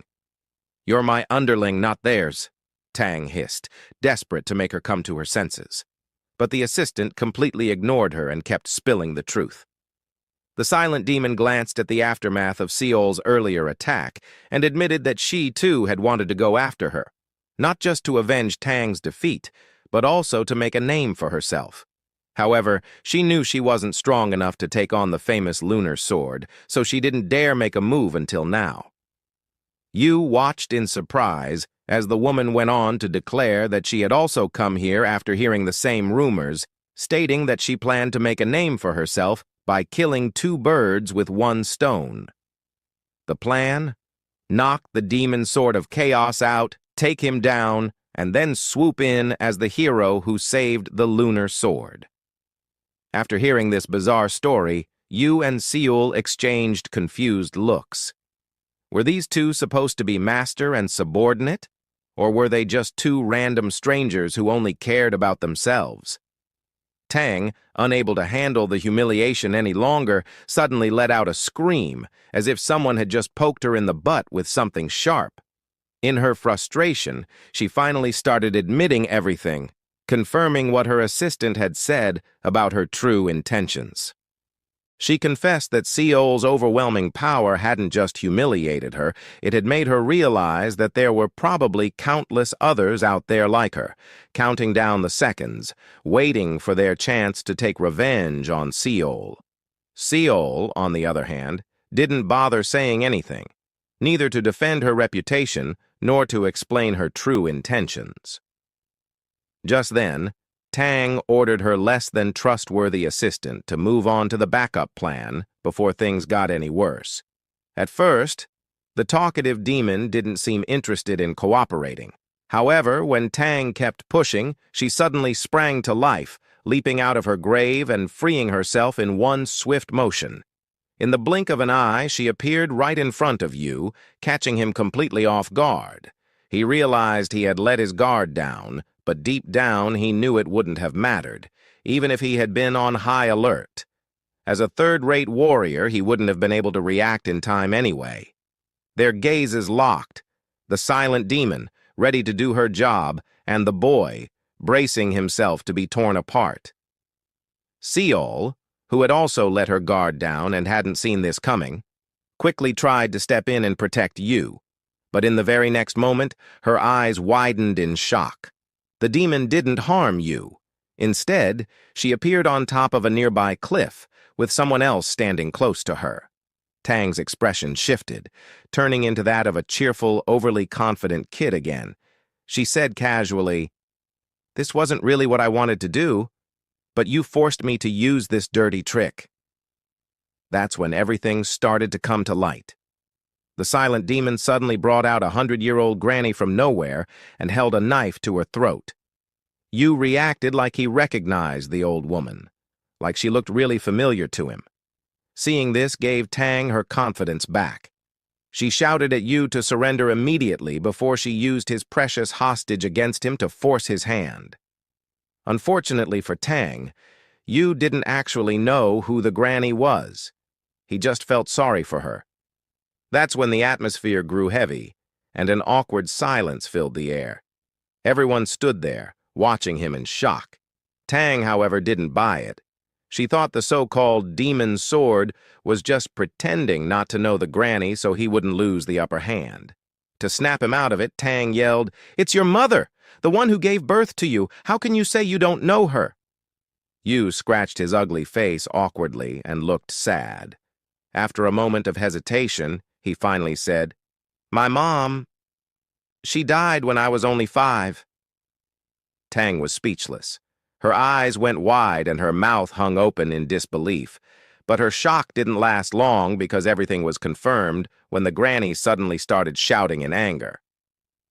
"My lost son's name is Yu Hyun, not Yu Hyal." She went on to remind everyone, as if scolding them, that she had told them this many times before. Just as everything seemed to calm down, and Tang realized she had seriously messed up this time, a wild but effective idea suddenly popped into her head. Since she had nothing to lose at this point, she decided to create a massive scene. She started shouting and screaming at the top of her lungs, making a fuss about why Yu didn't care about his mother's safety and why he wouldn't just surrender. She didn't hold back, exaggerating everything, even though she knew perfectly well that the old woman wasn't related to Yu. Surprisingly, the granny decided to cooperate with Tang and the silent demon. She suddenly began crying out for help, begging as if her life truly depended on Yu's actions. Yu, caught off guard, fell right into their trap. He awkwardly wanted to put an end to the madness, but at the same time, he didn't want to surrender and throw his life away. That's when Tang's plan started to work. The commotion drew a crowd as people gathered to see what all the noise and chaos were about. Things quickly escalated for Yu as onlookers began judging him harshly, saying things like, "What kind of person wouldn't care if his mother was killed?" Or, "Would he really cut ties with his own mother just to save himself?" Yu knew deep down that the granny wasn't his mother, but hearing all those ridiculous accusations from the crowd made him start to doubt himself. The pressure was getting to him, and he began reconsidering whether he should just do what Tang wanted, to put an end to it all. But Tang's plan turned out to be a double-edged sword. Some of the onlookers shifted their attention to her, questioning her actions and mocking her. They called her a weirdo for giving herself the nickname Poisonous Phoenix and claiming to be the head of a noble family. Just like Yu, Tang found it hard to handle the judgment and ridicule. It was karma for her actions, and she was utterly helpless against it. However, being a 13-year-old, flat-chested, hyperactive kid, she couldn't stand hearing those insults thrown at her like that. So, she decided to act. With a bit of effort, she pulled her small, half-buried body out of the ground. As soon as Tang got free, she called out to Yu, making both Seol and the boy turn around, only to realize their little troublemaker was on the loose again. This time, Tang wasn't in the mood to waste time messing around or giving some childish speech. Instead, she pulled out 8 poisonous darts from who knows where and declared it was time to settle everything once and for all, before making a run for it. Poor Yu was left completely stunned. He barely had a second to catch his breath before things escalated even further. Every moment felt like it was spiraling out of control, and now it had finally reached its breaking point. Without hesitation, Tang threw all 8 darts at once, aiming straight for Yu, and probably Seol too. As expected, Lady Seol effortlessly blocked all the incoming threats like they weren't even worth worrying about. But what she didn't realize was that Tang had only been causing a scene to grab her attention. And it worked. The real danger was behind her. The silent demon had quietly aimed much larger darts at them. Despite everything, Lady Seol managed to block one at the very last second before it could hit her. But unfortunately, that wasn't the only dart the silent demon had thrown. Another had been aimed at Yu Hyol, and she hadn't noticed it in time. Being completely useless and unskilled, Yu just stood there, doing absolutely nothing. He didn't even try to dodge. Instead, he simply accepted the dart with open arms. But the moment it hit him, he quickly realized he should have at least tried to move out of the way. The pain was unbearable. Seeing this, Lady Seol was left stunned. She couldn't believe what she was witnessing. The thought hit her hard. Her future husband might actually die because she had underestimated their enemies. The poisonous dart hadn't just hit the boy, it had gone straight through him, like a bullet. Seol ran toward Yu and caught him in her arms. Even the landlord rushed over, panicking, afraid this might be the boy's final moments. Lady Seol couldn't stop blaming herself for everything, convinced it was all her fault. Her eyes filled with tears of regret, thinking that she could have saved Yu if only she'd noticed the sneaky attack a second earlier. She was sure Yu was done for, but when she looked at him, she realized he didn't look like someone on the verge of death. Then, to her shock, Yu said something strange. He didn't feel any pain at all, just a little dizzy. Hearing this, Seal hugged him tightly, overwhelmed with relief that her ugly boyfriend was okay. Yu, feeling better now, hugged her back and apologized for making her worry so much. The landlord, on the other hand, stood there frozen, not because of their emotional embrace, but because he was absolutely certain the dart had pierced Yu's body and gone straight through him. Seol had the same question burning in her mind. How could he be completely fine after something like that? Yu admitted he'd felt the impact too, but he brushed it off, thinking it was no worse than being pricked by a needle. That's why he believed he was okay. Tang had been listening to their conversation, but she decided to crush their hopes. She smirked and declared that those darts had been coated with the deadliest venom, one that no one could survive. Standing there in her mismatched pants, she held up a small bottle of venom and called it 100 fragrant root poison. Yu believed her instantly, horrified to realize it was the most potent poison from Tang's clan. The flat-chested girl went on to explain that the poison must have already started spreading through Yu's body. Soon, when it reached his core, he would die in the most excruciating pain imaginable. Yu wasn't feeling anything yet, but he was frozen in shock, wondering how such a tiny amount of poison on a single dart could do all of that before killing him. Then, Tang revealed the final chilling secret behind the poison. She explained that the reason it was considered the deadliest was because it spread and multiplied using internal energy. The stronger someone's internal energy, the more lethal the poison became. At that moment, Yu suddenly understood why he wasn't feeling any pain. For someone like him, with zero internal energy, the poison was completely useless, like smoking a cigarette and expecting instant death. Tang, however, didn't know that. She had assumed that someone carrying the Demon Sword of Chaos title would have an absurd amount of internal energy, enough to make the poison 100 times deadlier than it would be for an ordinary person. She was so sure of her assumption that she just stood there, waiting to see Yu collapse and die at any moment. But nothing happened. The only thing Yu felt was a slight stinging sensation at the spot where the dart, or needle, had hit him. On the other hand, the pre-active kid couldn't help but wonder if she had miscalculated the timing or something, because by now, the poison should have at least started showing some side effects. Before anything serious could happen, the landlord hurried off to grab some medicine, just in case.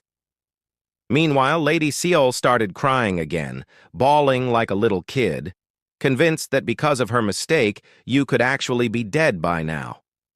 A little distance away, Tang was staring at her dart, or needle, or whatever it was, wondering if she had forgotten to poison it. If that wasn't the case, then why wasn't the poison doing anything to the guy?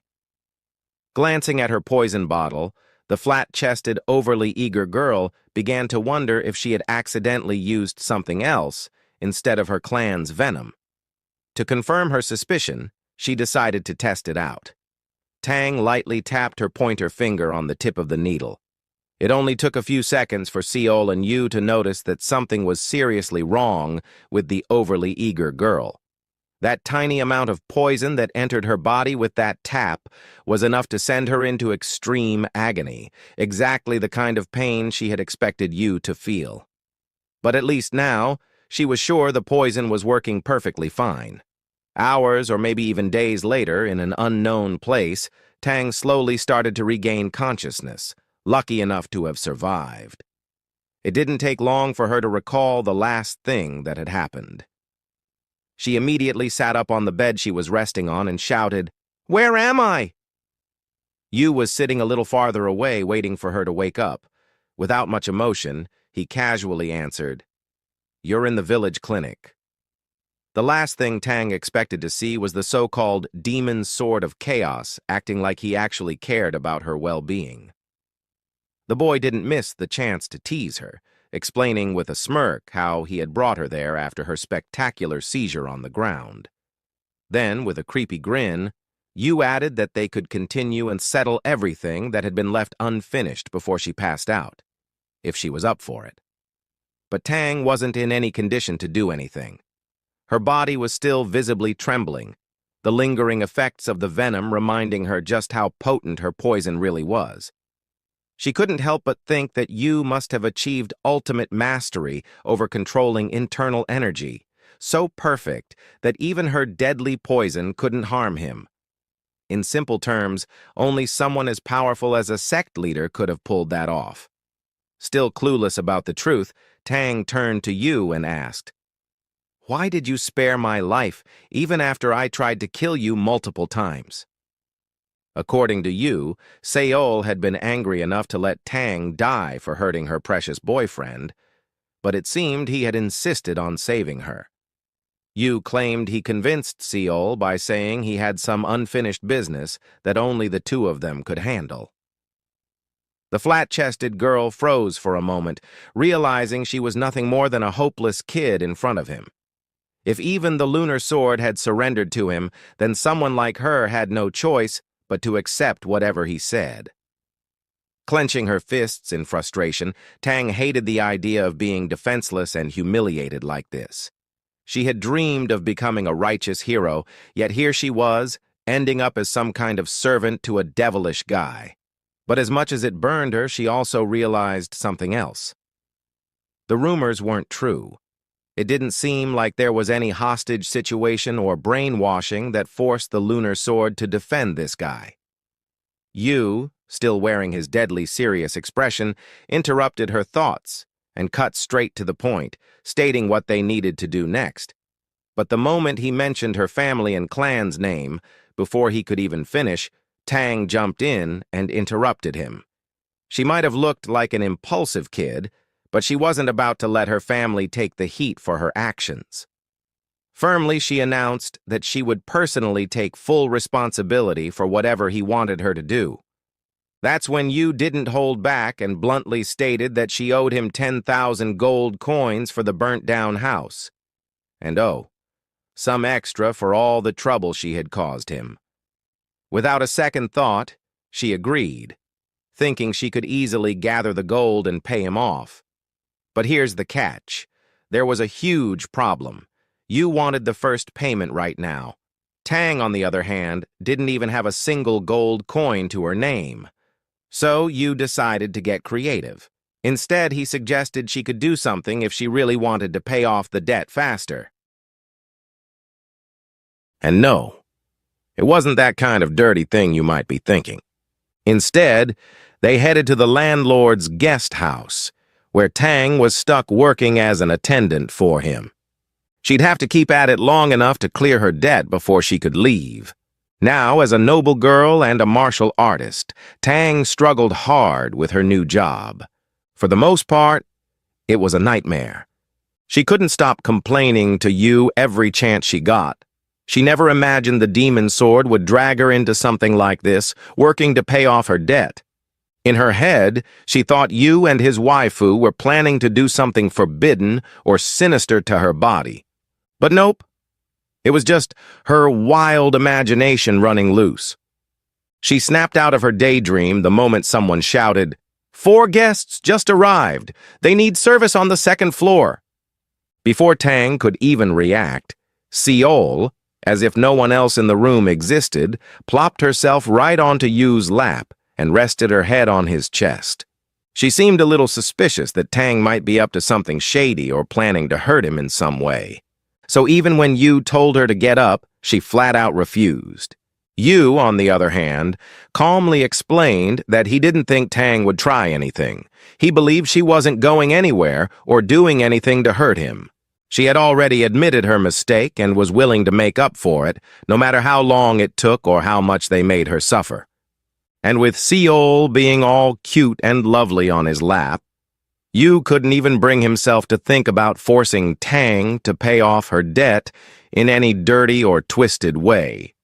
The girl was convinced, but from the way Yu was acting, like he was barely holding himself back, it was clear to Seol that something was bothering him. For a split second, Seol wondered if maybe her weight was bothering him, or if he was just embarrassed to be in such a situation in public. She attempted to get up and head back to her seat, but before she could, Yu wrapped his arm around her waist and stopped her. Even if he was a little embarrassed, he wasn't about to hold back from comforting the love of his life, even in public. And just like that, the two of them went right back to acting like lovesick teenagers, rubbing and fondling each other as if no one else was in the room. Nobody around could handle watching that scene, but the landlord and Tang were the exceptions. They just stood there wondering how on earth that adorable goddess could be so in love with that ugly, no-good rascal. Meanwhile, in a city on the other side of the country, Tang's assistant was making her way through a packed, noisy street, feeling absolutely miserable from the heat. Even though it was spring, the temperature was unbearable for her. That was until she revealed her little secret. She'd been hiding her true identity under a perfectly crafted mask this whole time.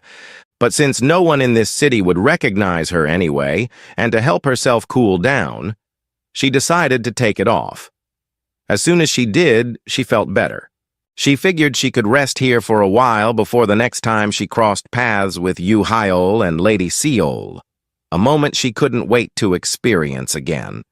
Later that day, Yu found himself training hard in a quiet spot, while Seol Hua watched from a safe distance. Just from repeatedly swinging his sword, he was already panting heavily.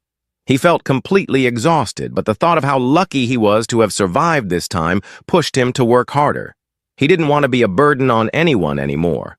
Despite his body resembling that of a well-trained martial artist, he lacked even the most basic knowledge of mastering internal energy techniques. As someone with low skills but a big title, he turned to Seol Hua, hoping she might give him some advice to speed up his progress. To his surprise, Seol Hua quickly averted her gaze, pretending to look elsewhere. Yu walked closer and asked her directly for advice, treating her as the martial arts master she was. Finally, Seol Hua stood up, acting as if she was ready to show him something. At that moment, Yu couldn't help but reflect on how weak he truly was. Bottom tier, even among third-rate warriors. The vast gap between him and Seol Hua made him feel embarrassed, yet he couldn't deny how much she still loved him, despite it. When Seol Hua reached him, she sat down and placed her hand on his six-pack, pointing out that his physical strength was already well developed. What he needed to focus on, she explained, was improving his internal energy. Then, in a sudden moment, as if she couldn't resist, Seol Hua threw herself into Yu's arms. Pressing her soft body against his, she acted like she was completely losing control just from looking at him. Not long after, they returned to the village, or town, or whatever it was. Since Tang had already blown up his house, they went back to the only place they had left to stay, the landlord's inn. There, Seol tried to cheer up her ugly boyfriend and boost his confidence, reassuring him that he didn't need to worry too much about his inner energy because she would help him circulate his QE. But there was a small issue. Since Seol had never actually done that kind of training before, she thought it would be best to align their vital energy cores first before attempting anything else. Without really understanding what that meant, Yu got excited, thinking he was finally about to gain some internal energy. However, as he recalled the locations of each vital energy center in his mind, he started to feel a little uneasy. Looking at Seol's body, from the base of her butt to the middle of her chest and up to above her neck, he suddenly realized exactly what she meant by aligning their energy cores. It was strange to see someone as beautiful as Seol turn out to be such a shameless pervert. As expected, she slammed the door shut, ready to start their one-on-one intense aligning. However, that flat-chested, overly enthusiastic brat wasn't about to let Seol do her training properly. Without warning, Tang threw several darts from behind the door, not even knowing exactly where they would land. Then, like a jealous girl, she burst into their room, acting as if she had heard everything and insisting that she wanted to join the training. But the issue was that Tang hadn't expected their training to be something only appropriate for fully grown adults. Things got awkward pretty quickly. However, the situation was resolved soon enough when Seol used her star absorption technique. The result was predictable.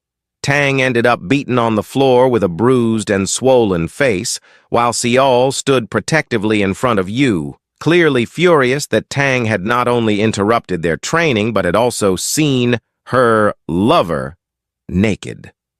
After all the drama, the landlord came rushing up to the second floor of his inn, demanding to know what was going on. At first, he was completely shocked by the scene in front of him, but once he figured out what had happened, his shock quickly turned into anger. He stormed toward Yu and started yelling at him for destroying and trashing his inn again, especially after he had pitifully agreed to let them stay there. Poor Yu, who hadn't done anything at all, was left taking all the blame.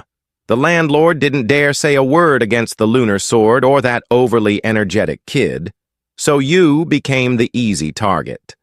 Just then, a woman arrived at the scene and announced, "From what I just heard, it seems I came to the right place at the right time."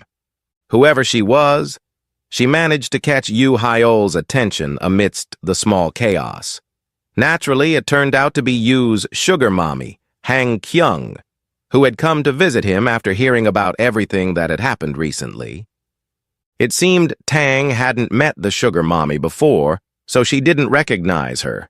Yu, on the other hand, knew exactly who she was, but hadn't expected to see her at a moment like this.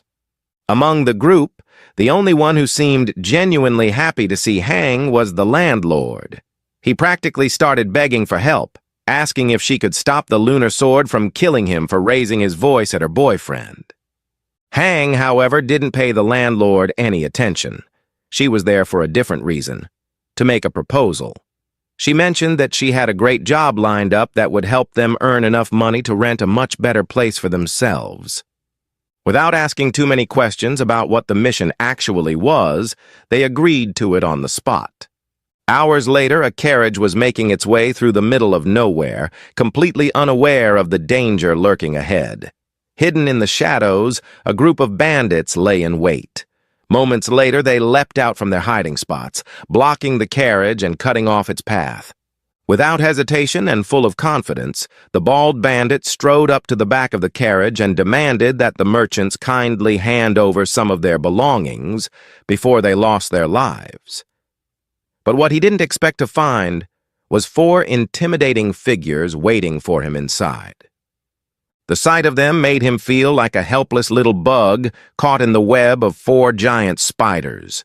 Realizing the mess he had just walked into, he immediately took back everything he had said, nervously wishing them a good and safe trip. However, Seol-hwa wasn't about to let him off the hook so easily. Seeing his desperate situation, the thief tried his best to calm them down, awkwardly playing it off like the whole thing was just one big misunderstanding. It didn't matter much, though. Not only him, but his entire gang ended up getting a well-deserved lesson from Seol before they could scurry away.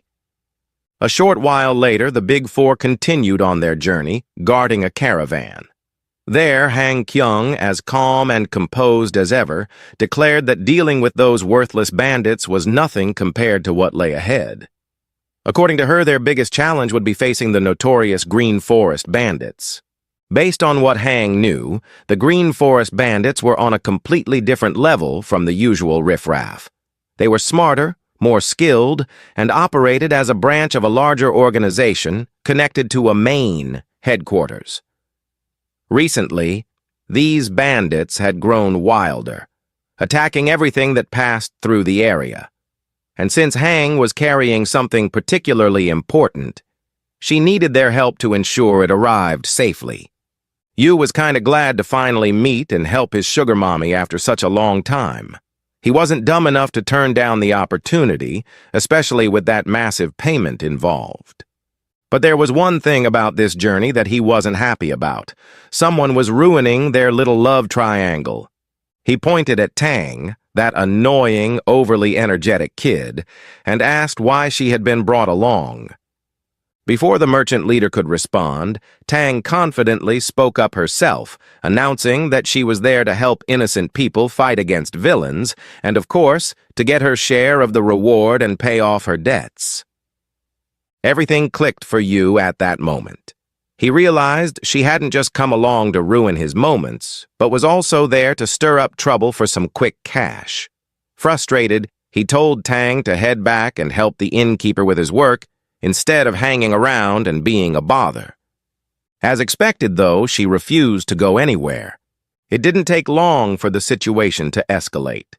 Suddenly, a loud whistling sound broke through the air, catching everyone's attention.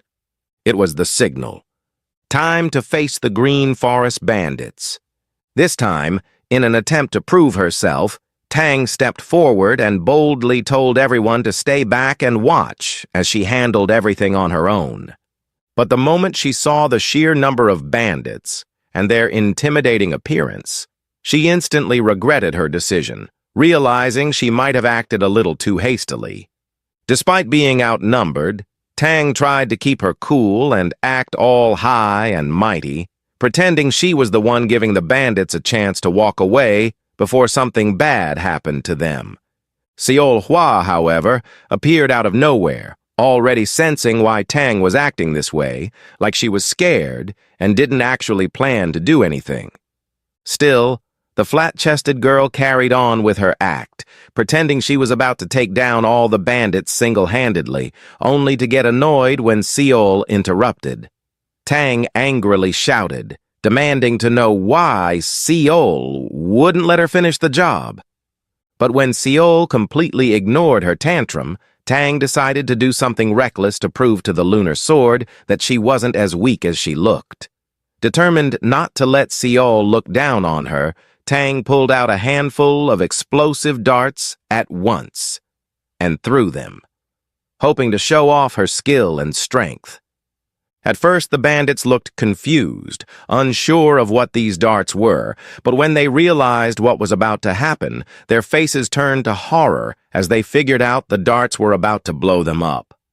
Before they could run or find cover, the darts exploded with a massive bang, creating an impressive scene that left everyone stunned.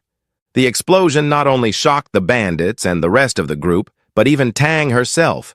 She hadn't expected such a wild detonation, especially since she had never used so many of these darts at once before. Everything might have been fine if Tang had just focused on dealing with the bandits instead of causing extra trouble for everyone. Before they could even confirm whether the bandits were alive or not, Yu and Hang realized their situation wasn't any better. A landslide, triggered by the explosion, came crashing down from the cliff above the road. Yu had expected Tang to cause trouble. That was exactly why he hadn't wanted her there in the first place. But he never imagined she'd end up nearly getting them all killed. The landslide hit fast, catching everyone off guard. Even in the chaos, Seol tried to reach Yu, but the distance between them kept growing with every passing second. Eventually, they were split into two groups, Seol with Tang, and Yu with his so-called sugar mommy. Not long after, the landslide finally slowed, but it was unclear if any of them had survived the chaos. Meanwhile, deep in the forest, where a hidden cave served as the base for the Green Forest bandits, one of the men questioned their boss. He wondered if sending such a small group for this mission had really been a good idea.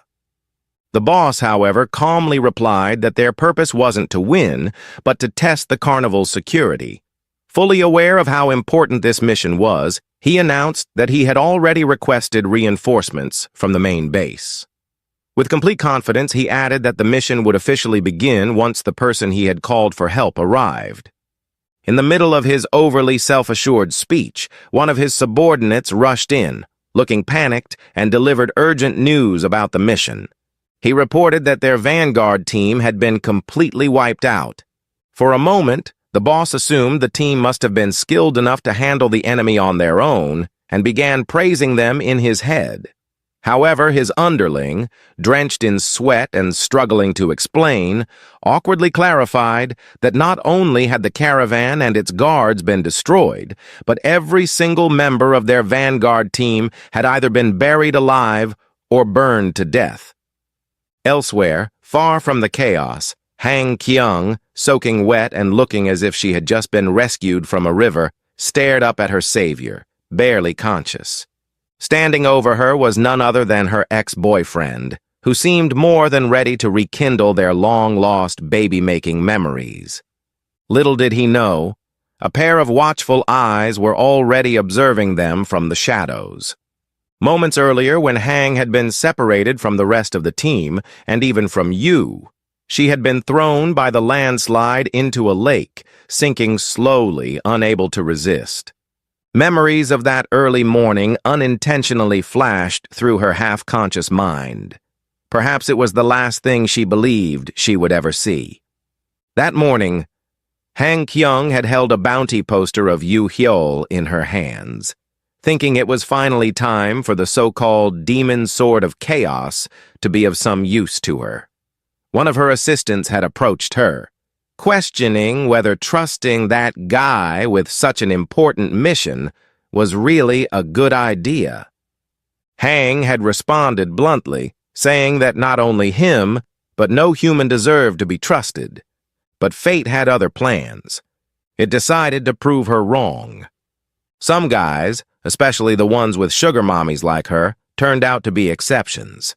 Yu had sacrificed his own life to save Hang from certain death. As he stepped onto the land near the lake, carrying his precious mommy, Yu swore that if he ever got the chance, he'd give Tang Hai a punishment she'd never forget, especially after her last reckless and childish action had nearly killed them all. Now, back in the present, after completing his rescue, Yu gently laid Hang's body on the ground and covered her with his cloak to keep her from catching a cold. Sitting beside her, he couldn't help but wonder what he was going to do. If the bandits found them, there would be no one to save them this time. The thought of the word save made him worry about Seol, wondering if she was okay, but knowing she was a skilled master at pretty much everything, he tried to calm himself with that thought. Still, it wasn't enough. Despite being alone again with Hang, he couldn't stop thinking about Seol, especially since they had promised never to be separated, no matter what. Torn between worrying about Seol Hua and figuring out how to handle the situation with Hang, he was suddenly snapped out of his thoughts by the sound of someone approaching. Yu's head whipped toward the noise, and to his shock, he realized they were surrounded by Green Forest bandits. His eyes darted to the merchant leader, and it hit him. He was the only one who could protect both of them now. Without hesitation, Yu jumped to his feet, grabbed his sword, and shouted as if he didn't even recognize the bandits, though deep down he knew this was a do-or-die situation. Despite his panicked reaction, the bandits hesitated. From the way they were looking at him, it was clear they were starting to recognize Yu as the most feared villain in the world. But instead of attacking, the bandits suddenly rushed forward in a frenzy, not to fight, but to admire him, like he was their favorite celebrity or something. Things got even weirder when they assumed Yu had captured the merchant leader himself in such a short amount of time. The so-called demon sword of chaos was completely dumbfounded. He hadn't expected to find out he actually had fans who thought so highly of him. Not knowing what else to do and not wanting to disappoint them, he quickly improvised. He covered Hang's mouth with a piece of tattered cloth and carried her toward the Green Forest stronghold, pretending to cooperate with the bandits. Of course, this made them feel amazing, like they were part of some grand plan. As they walked, one of the bandits suddenly blurted out that he never expected their boss to call in the legendary demon sword of chaos for reinforcements. He wondered aloud why their boss had kept it a secret.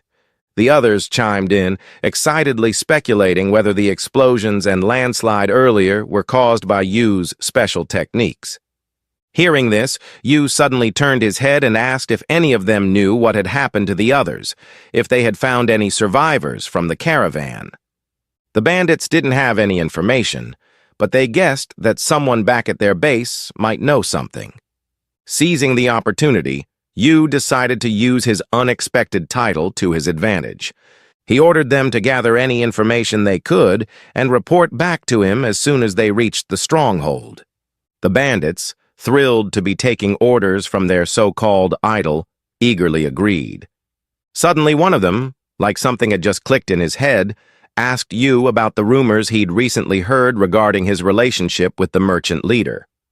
Caught completely off guard, Yu, the ever-awkward guy, tried to play it cool. He brushed it off as a misunderstanding, insisting it wasn't true. Luckily for him, the bandits seemed to buy it without question. Feeling relieved that he dodged being exposed, Yu had no idea that Han Kyung was finally starting to wake up. The tied-up woman, still unaware of the current situation, or the fact that Yahello had saved her, could only recall her assistant's warning about not trusting the demon sword of chaos. Her suspicions deepened when she noticed the bandits practically worshipping him for supposedly capturing her and personally carrying her to their base. Yu couldn't help but think his sugar mommy was pulling the same stunt as before.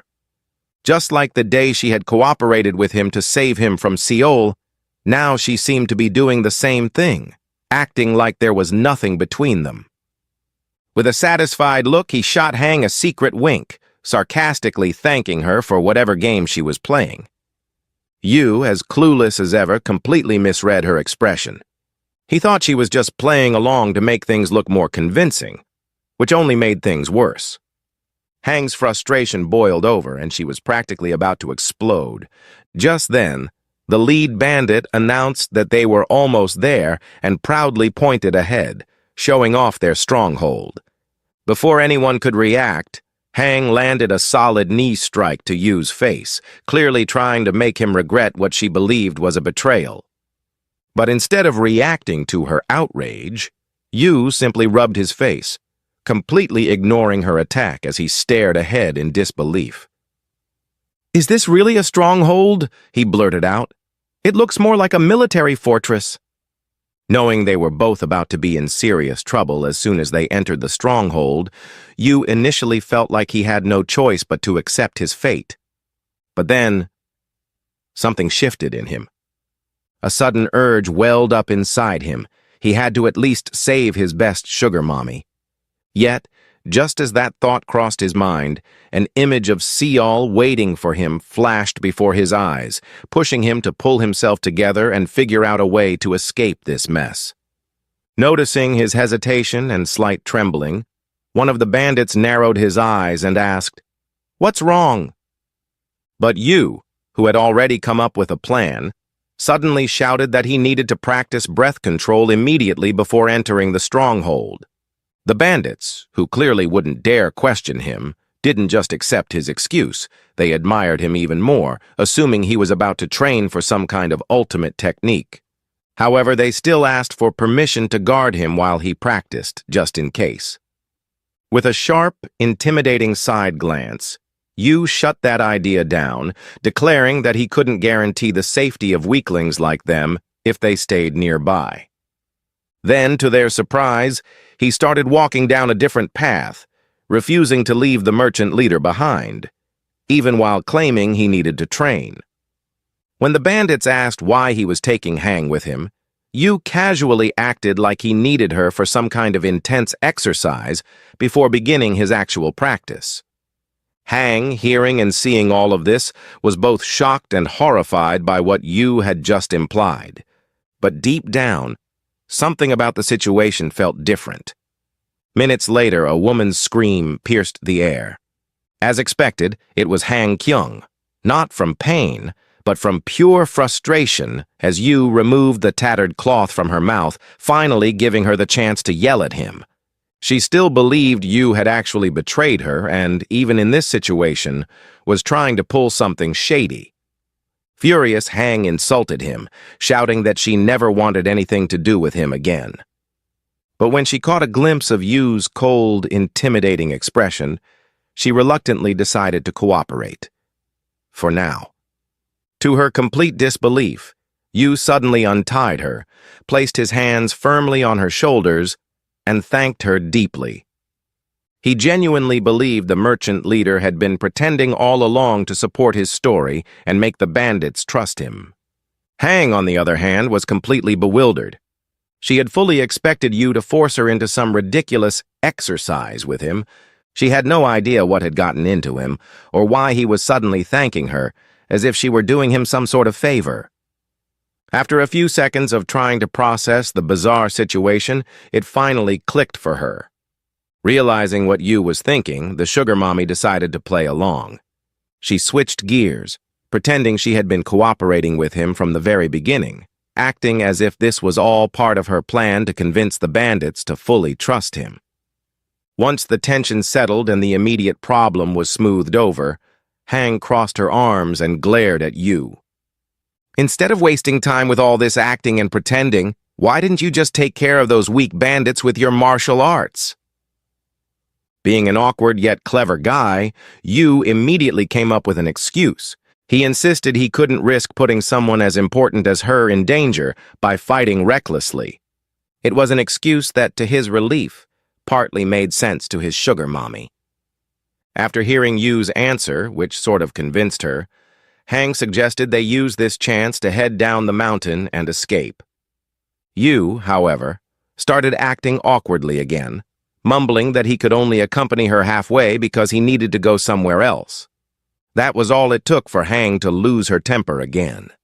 She stormed toward him, demanding to know how his superego could even consider leaving his defenseless sugar mommy to wander alone through a forest full of bandits. Her loud voice caught unwanted attention. Someone in the distance suddenly shouted, "Who's there?" Panic set in as both Hang and Yu dropped to the ground, covering their mouths to avoid making any noise. Moments later, a bandit appeared at the edge of a cliff above them, swearing he'd heard a woman's voice coming from that direction. Fortunately for them, the bandit was blind and clueless enough to miss the two people crouched right below him. Completely unaware of their presence, the bandit started talking to someone else, unknowingly sharing some unexpected news. To Hang and Yu's shock, the bandit revealed that the others had managed to capture the lunar sword, one of the escorts from the caravan. According to him, and much to Yu's dismay, they hadn't been able to capture Seol until reinforcements arrived. Apparently, one of the reinforcement men had used a dirty trick to finally take her down. Yu listened carefully, hoping to gather more details that could help him figure out what was happening to his love. But the bandits left without saying anything else. From his reaction, Hang quickly realized why this ungrateful boy wanted to leave her stranded in the middle of the forest.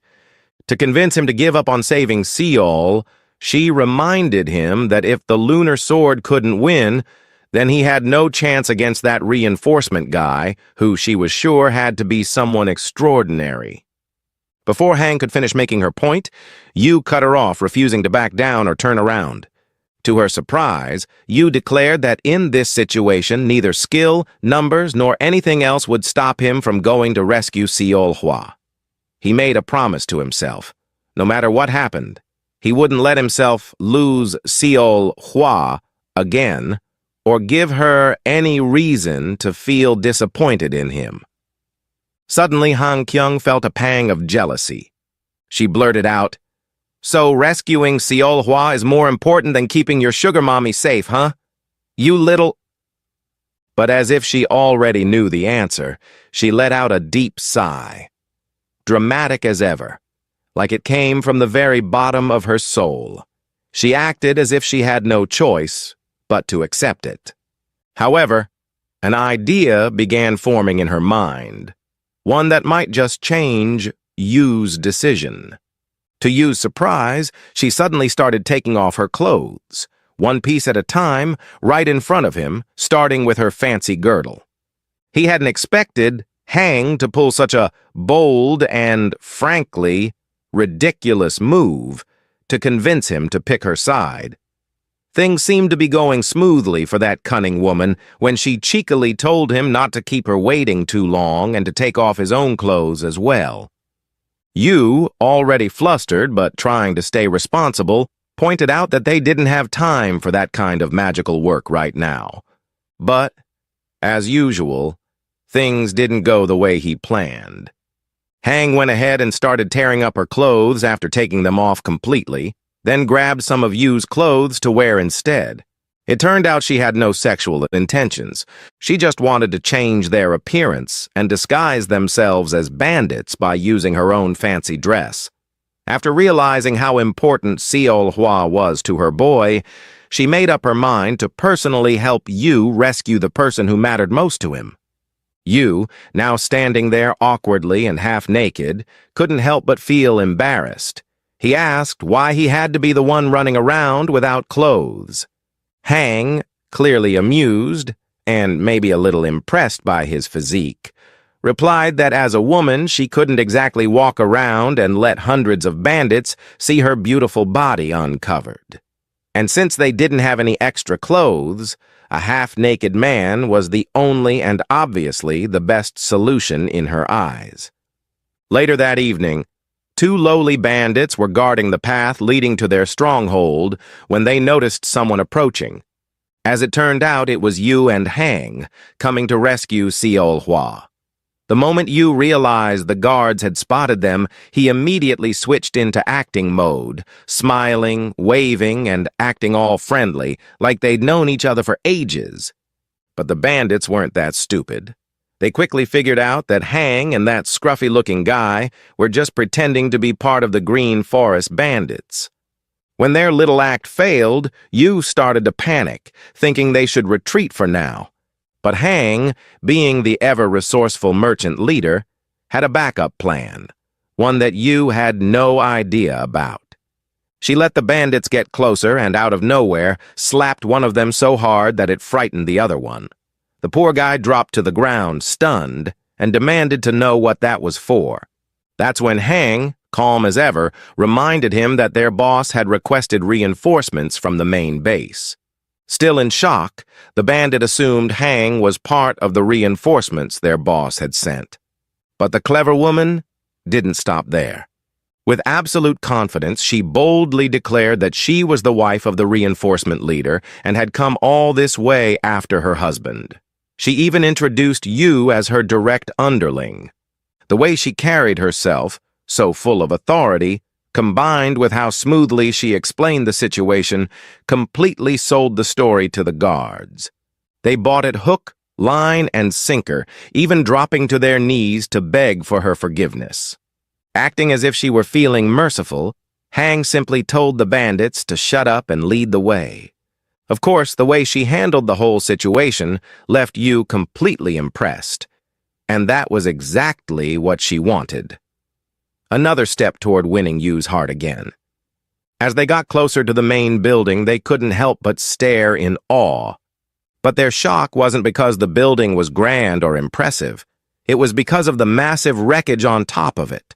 They couldn't figure out what could have caused such destruction. Maybe an earthquake or a lightning strike? Sensing their curiosity, the uneasy bandits finally spoke up, mentioning that a few days ago, a sudden blue, laser-like lightning bolt had struck the main building, even destroying part of the mountain. Yu immediately knew the cause of the damage, Seol-hwa's preemptive strike, that warning she had sent to the troublemaker kid the other day. He didn't say anything, but his reaction gave him away. Hang, sharp as ever, noticed that he was hiding something. Instead of coming clean, or even offering part of the truth, Yu suddenly said that he felt like he needed to start acting more responsibly and become her protector from now on. Hang, thinking Yu was being completely sincere, started blushing. She felt a little embarrassed but also hopeful, believing that maybe, just maybe, things were finally going to get better between them again. They finally arrived at their destination, the Stronghold's prison. As soon as they figured out where they were, Yu made a sudden attempt to knock out the bandit silently with what he thought was a professional move. But, as expected from a third-rate warrior, he completely botched it. The bandit simply turned to him in surprise, confused by the weak attempt. Before the bandit could react further, Hang stepped in. Without wasting a second, she grabbed a stick and handled the situation herself. Her method, though, was messier, wilder, and a lot bloodier than Yu expected. But it didn't matter. They grabbed the prison keys and bolted, running as fast as they could to find Seol Hua and free her before anyone noticed what had happened. A short while later, they followed the path deeper into the prison and reached a cell at the far end. With a low, cautious voice, Yu started calling out for Seol Hua, hoping she was inside. But what he didn't realize was that it wasn't Seol Hua's cell at all. Instead, it belonged to the one person he hated the most, the overly enthusiastic kid, Tang. As Yu attempted to open the cell door, still thinking it was Seol Hua inside, Tang suddenly jumped forward. The dim light revealed her not-so-pleasant face as she cried out in surprise, loudly announcing how shocked she was that they had come to rescue her. The moment Yu and Hang realized it wasn't Seol Hua but Tang, they froze. For a brief second, they seriously considered just leaving her behind and continuing their search. But against their better judgment, they decided to take her with them anyway. They quickly opened the cell door and untied the kid, immediately asking if she knew anything about Seol Hua's whereabouts. Tang He, however, responded that ever since the landslide, she hadn't had a chance to see Seol Hua and even doubted whether she was still alive. Hang instantly felt disappointed, or at least pretended to feel that way, wondering if there was something about the entire situation that made it seem as though the Green Forest bandits had known exactly what they were doing. Had they meticulously planned the ambush on her caravan from the very beginning? But now wasn't the time to dwell on those thoughts. She urged the others to move quickly before the patrol arrived and discovered them. That's when the flat-chested girl suddenly spoke up, casually declaring that they didn't need to worry too much about a patrol showing up. Tang explained that when they locked her up, the bandits had mentioned that if the prison door was ever opened, the entire stronghold's emergency bell would ring. Both Yu and Hang froze, stunned and bewildered. They couldn't believe what they were hearing. Why on earth hadn't this idiot mentioned that earlier? Before they could even react, they realized it was already too late. They were completely surrounded. Dozens of bandits blocked their path, cornering them. At that moment, the boss of the Green Forest bandits stepped forward, grinning smugly. Clearly pleased that his plan had worked, he admitted that he had set up this trap, knowing full well that they would come to rescue their comrades. Yu, as usual, completely lost hope, convinced they were about to be killed at any moment. Han Kyung felt just as hopeless, but she still turned to Tang Hai and asked her to hand over one of her explosive darts or bombs so they could blow everyone up together. Unfortunately, Tang had lost her coat, the one specifically designed to carry her weapons, so there was nothing they could use to fight back or even defend themselves. This led to Hang and Tang breaking into an argument, blaming each other for the mess they were in and how they'd all ended up in such a dire situation. Meanwhile, Yu just stood there, frozen in place, completely overwhelmed and hopelessly trying to think of a way to escape the chaos. But it wasn't his silence that stopped the girls bickering. What really stopped Hang and Tang was the sudden shift in the bandits' expressions, pure horror spreading across their faces. Sensing an opportunity, Tang quickly took advantage of the situation. She warned the bandits that if they wanted to survive, they should start begging. Maybe the demon sword would let them escape unharmed. Yu, being the only one who actually knew the truth, tried to play along and confirm what Tang was saying. But his voice was so shaky and unconvincing that it only made things worse. Then, one of the bandits nervously approached their boss and suggested retreating before it was too late.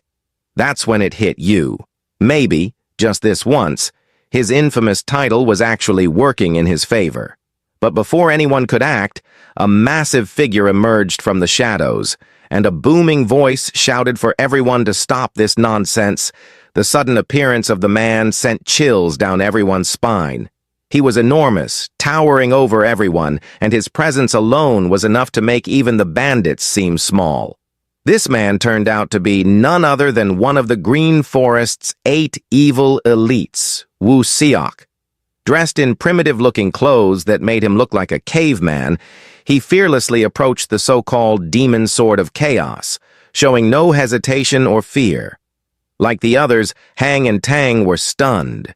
With everyone suddenly relying on him to save the day, the pressure only made everything harder for him to handle. The boss of the bandits also recognized Yahello, confused and wondering why he, of all people, had come to rescue the prisoners. That's when the bandits recognized Yu. To their shock, they realized this guy was none other than the most infamous villain in history, the Demon Sword of Chaos.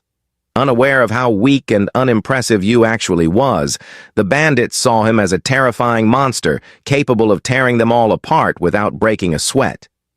Their fear was so palpable that it brought an unexpected sense of relief to Hang and Tang. Their expressions shifted, and they suddenly remembered that they had what they thought was a strong person on their side, a person who could save them from this mess. But while the girls felt reassured, Yu didn't feel the same at all. Instead, he felt like he was in even bigger trouble now.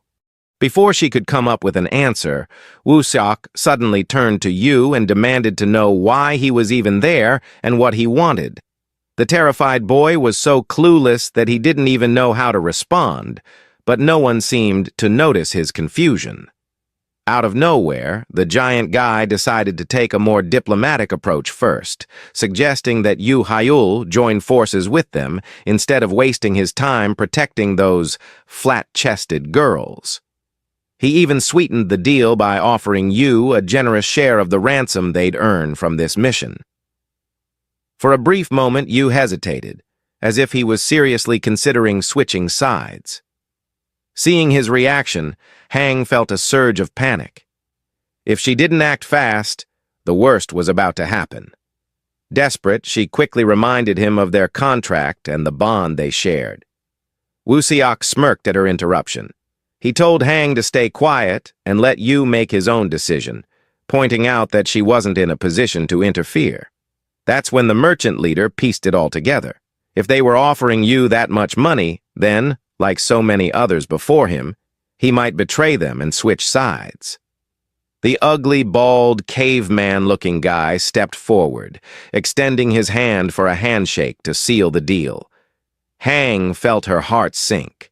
Crushed by the possibility, she closed her eyes, bracing herself for the worst. She knew she might have to accept this harsh reality. But then, to everyone's shock, Yu firmly rejected the handshake and the offer. His voice erupted with conviction, shouting from the depths of his heart. He wasn't like them. He wasn't someone who chased money and used brute strength to take whatever he wanted.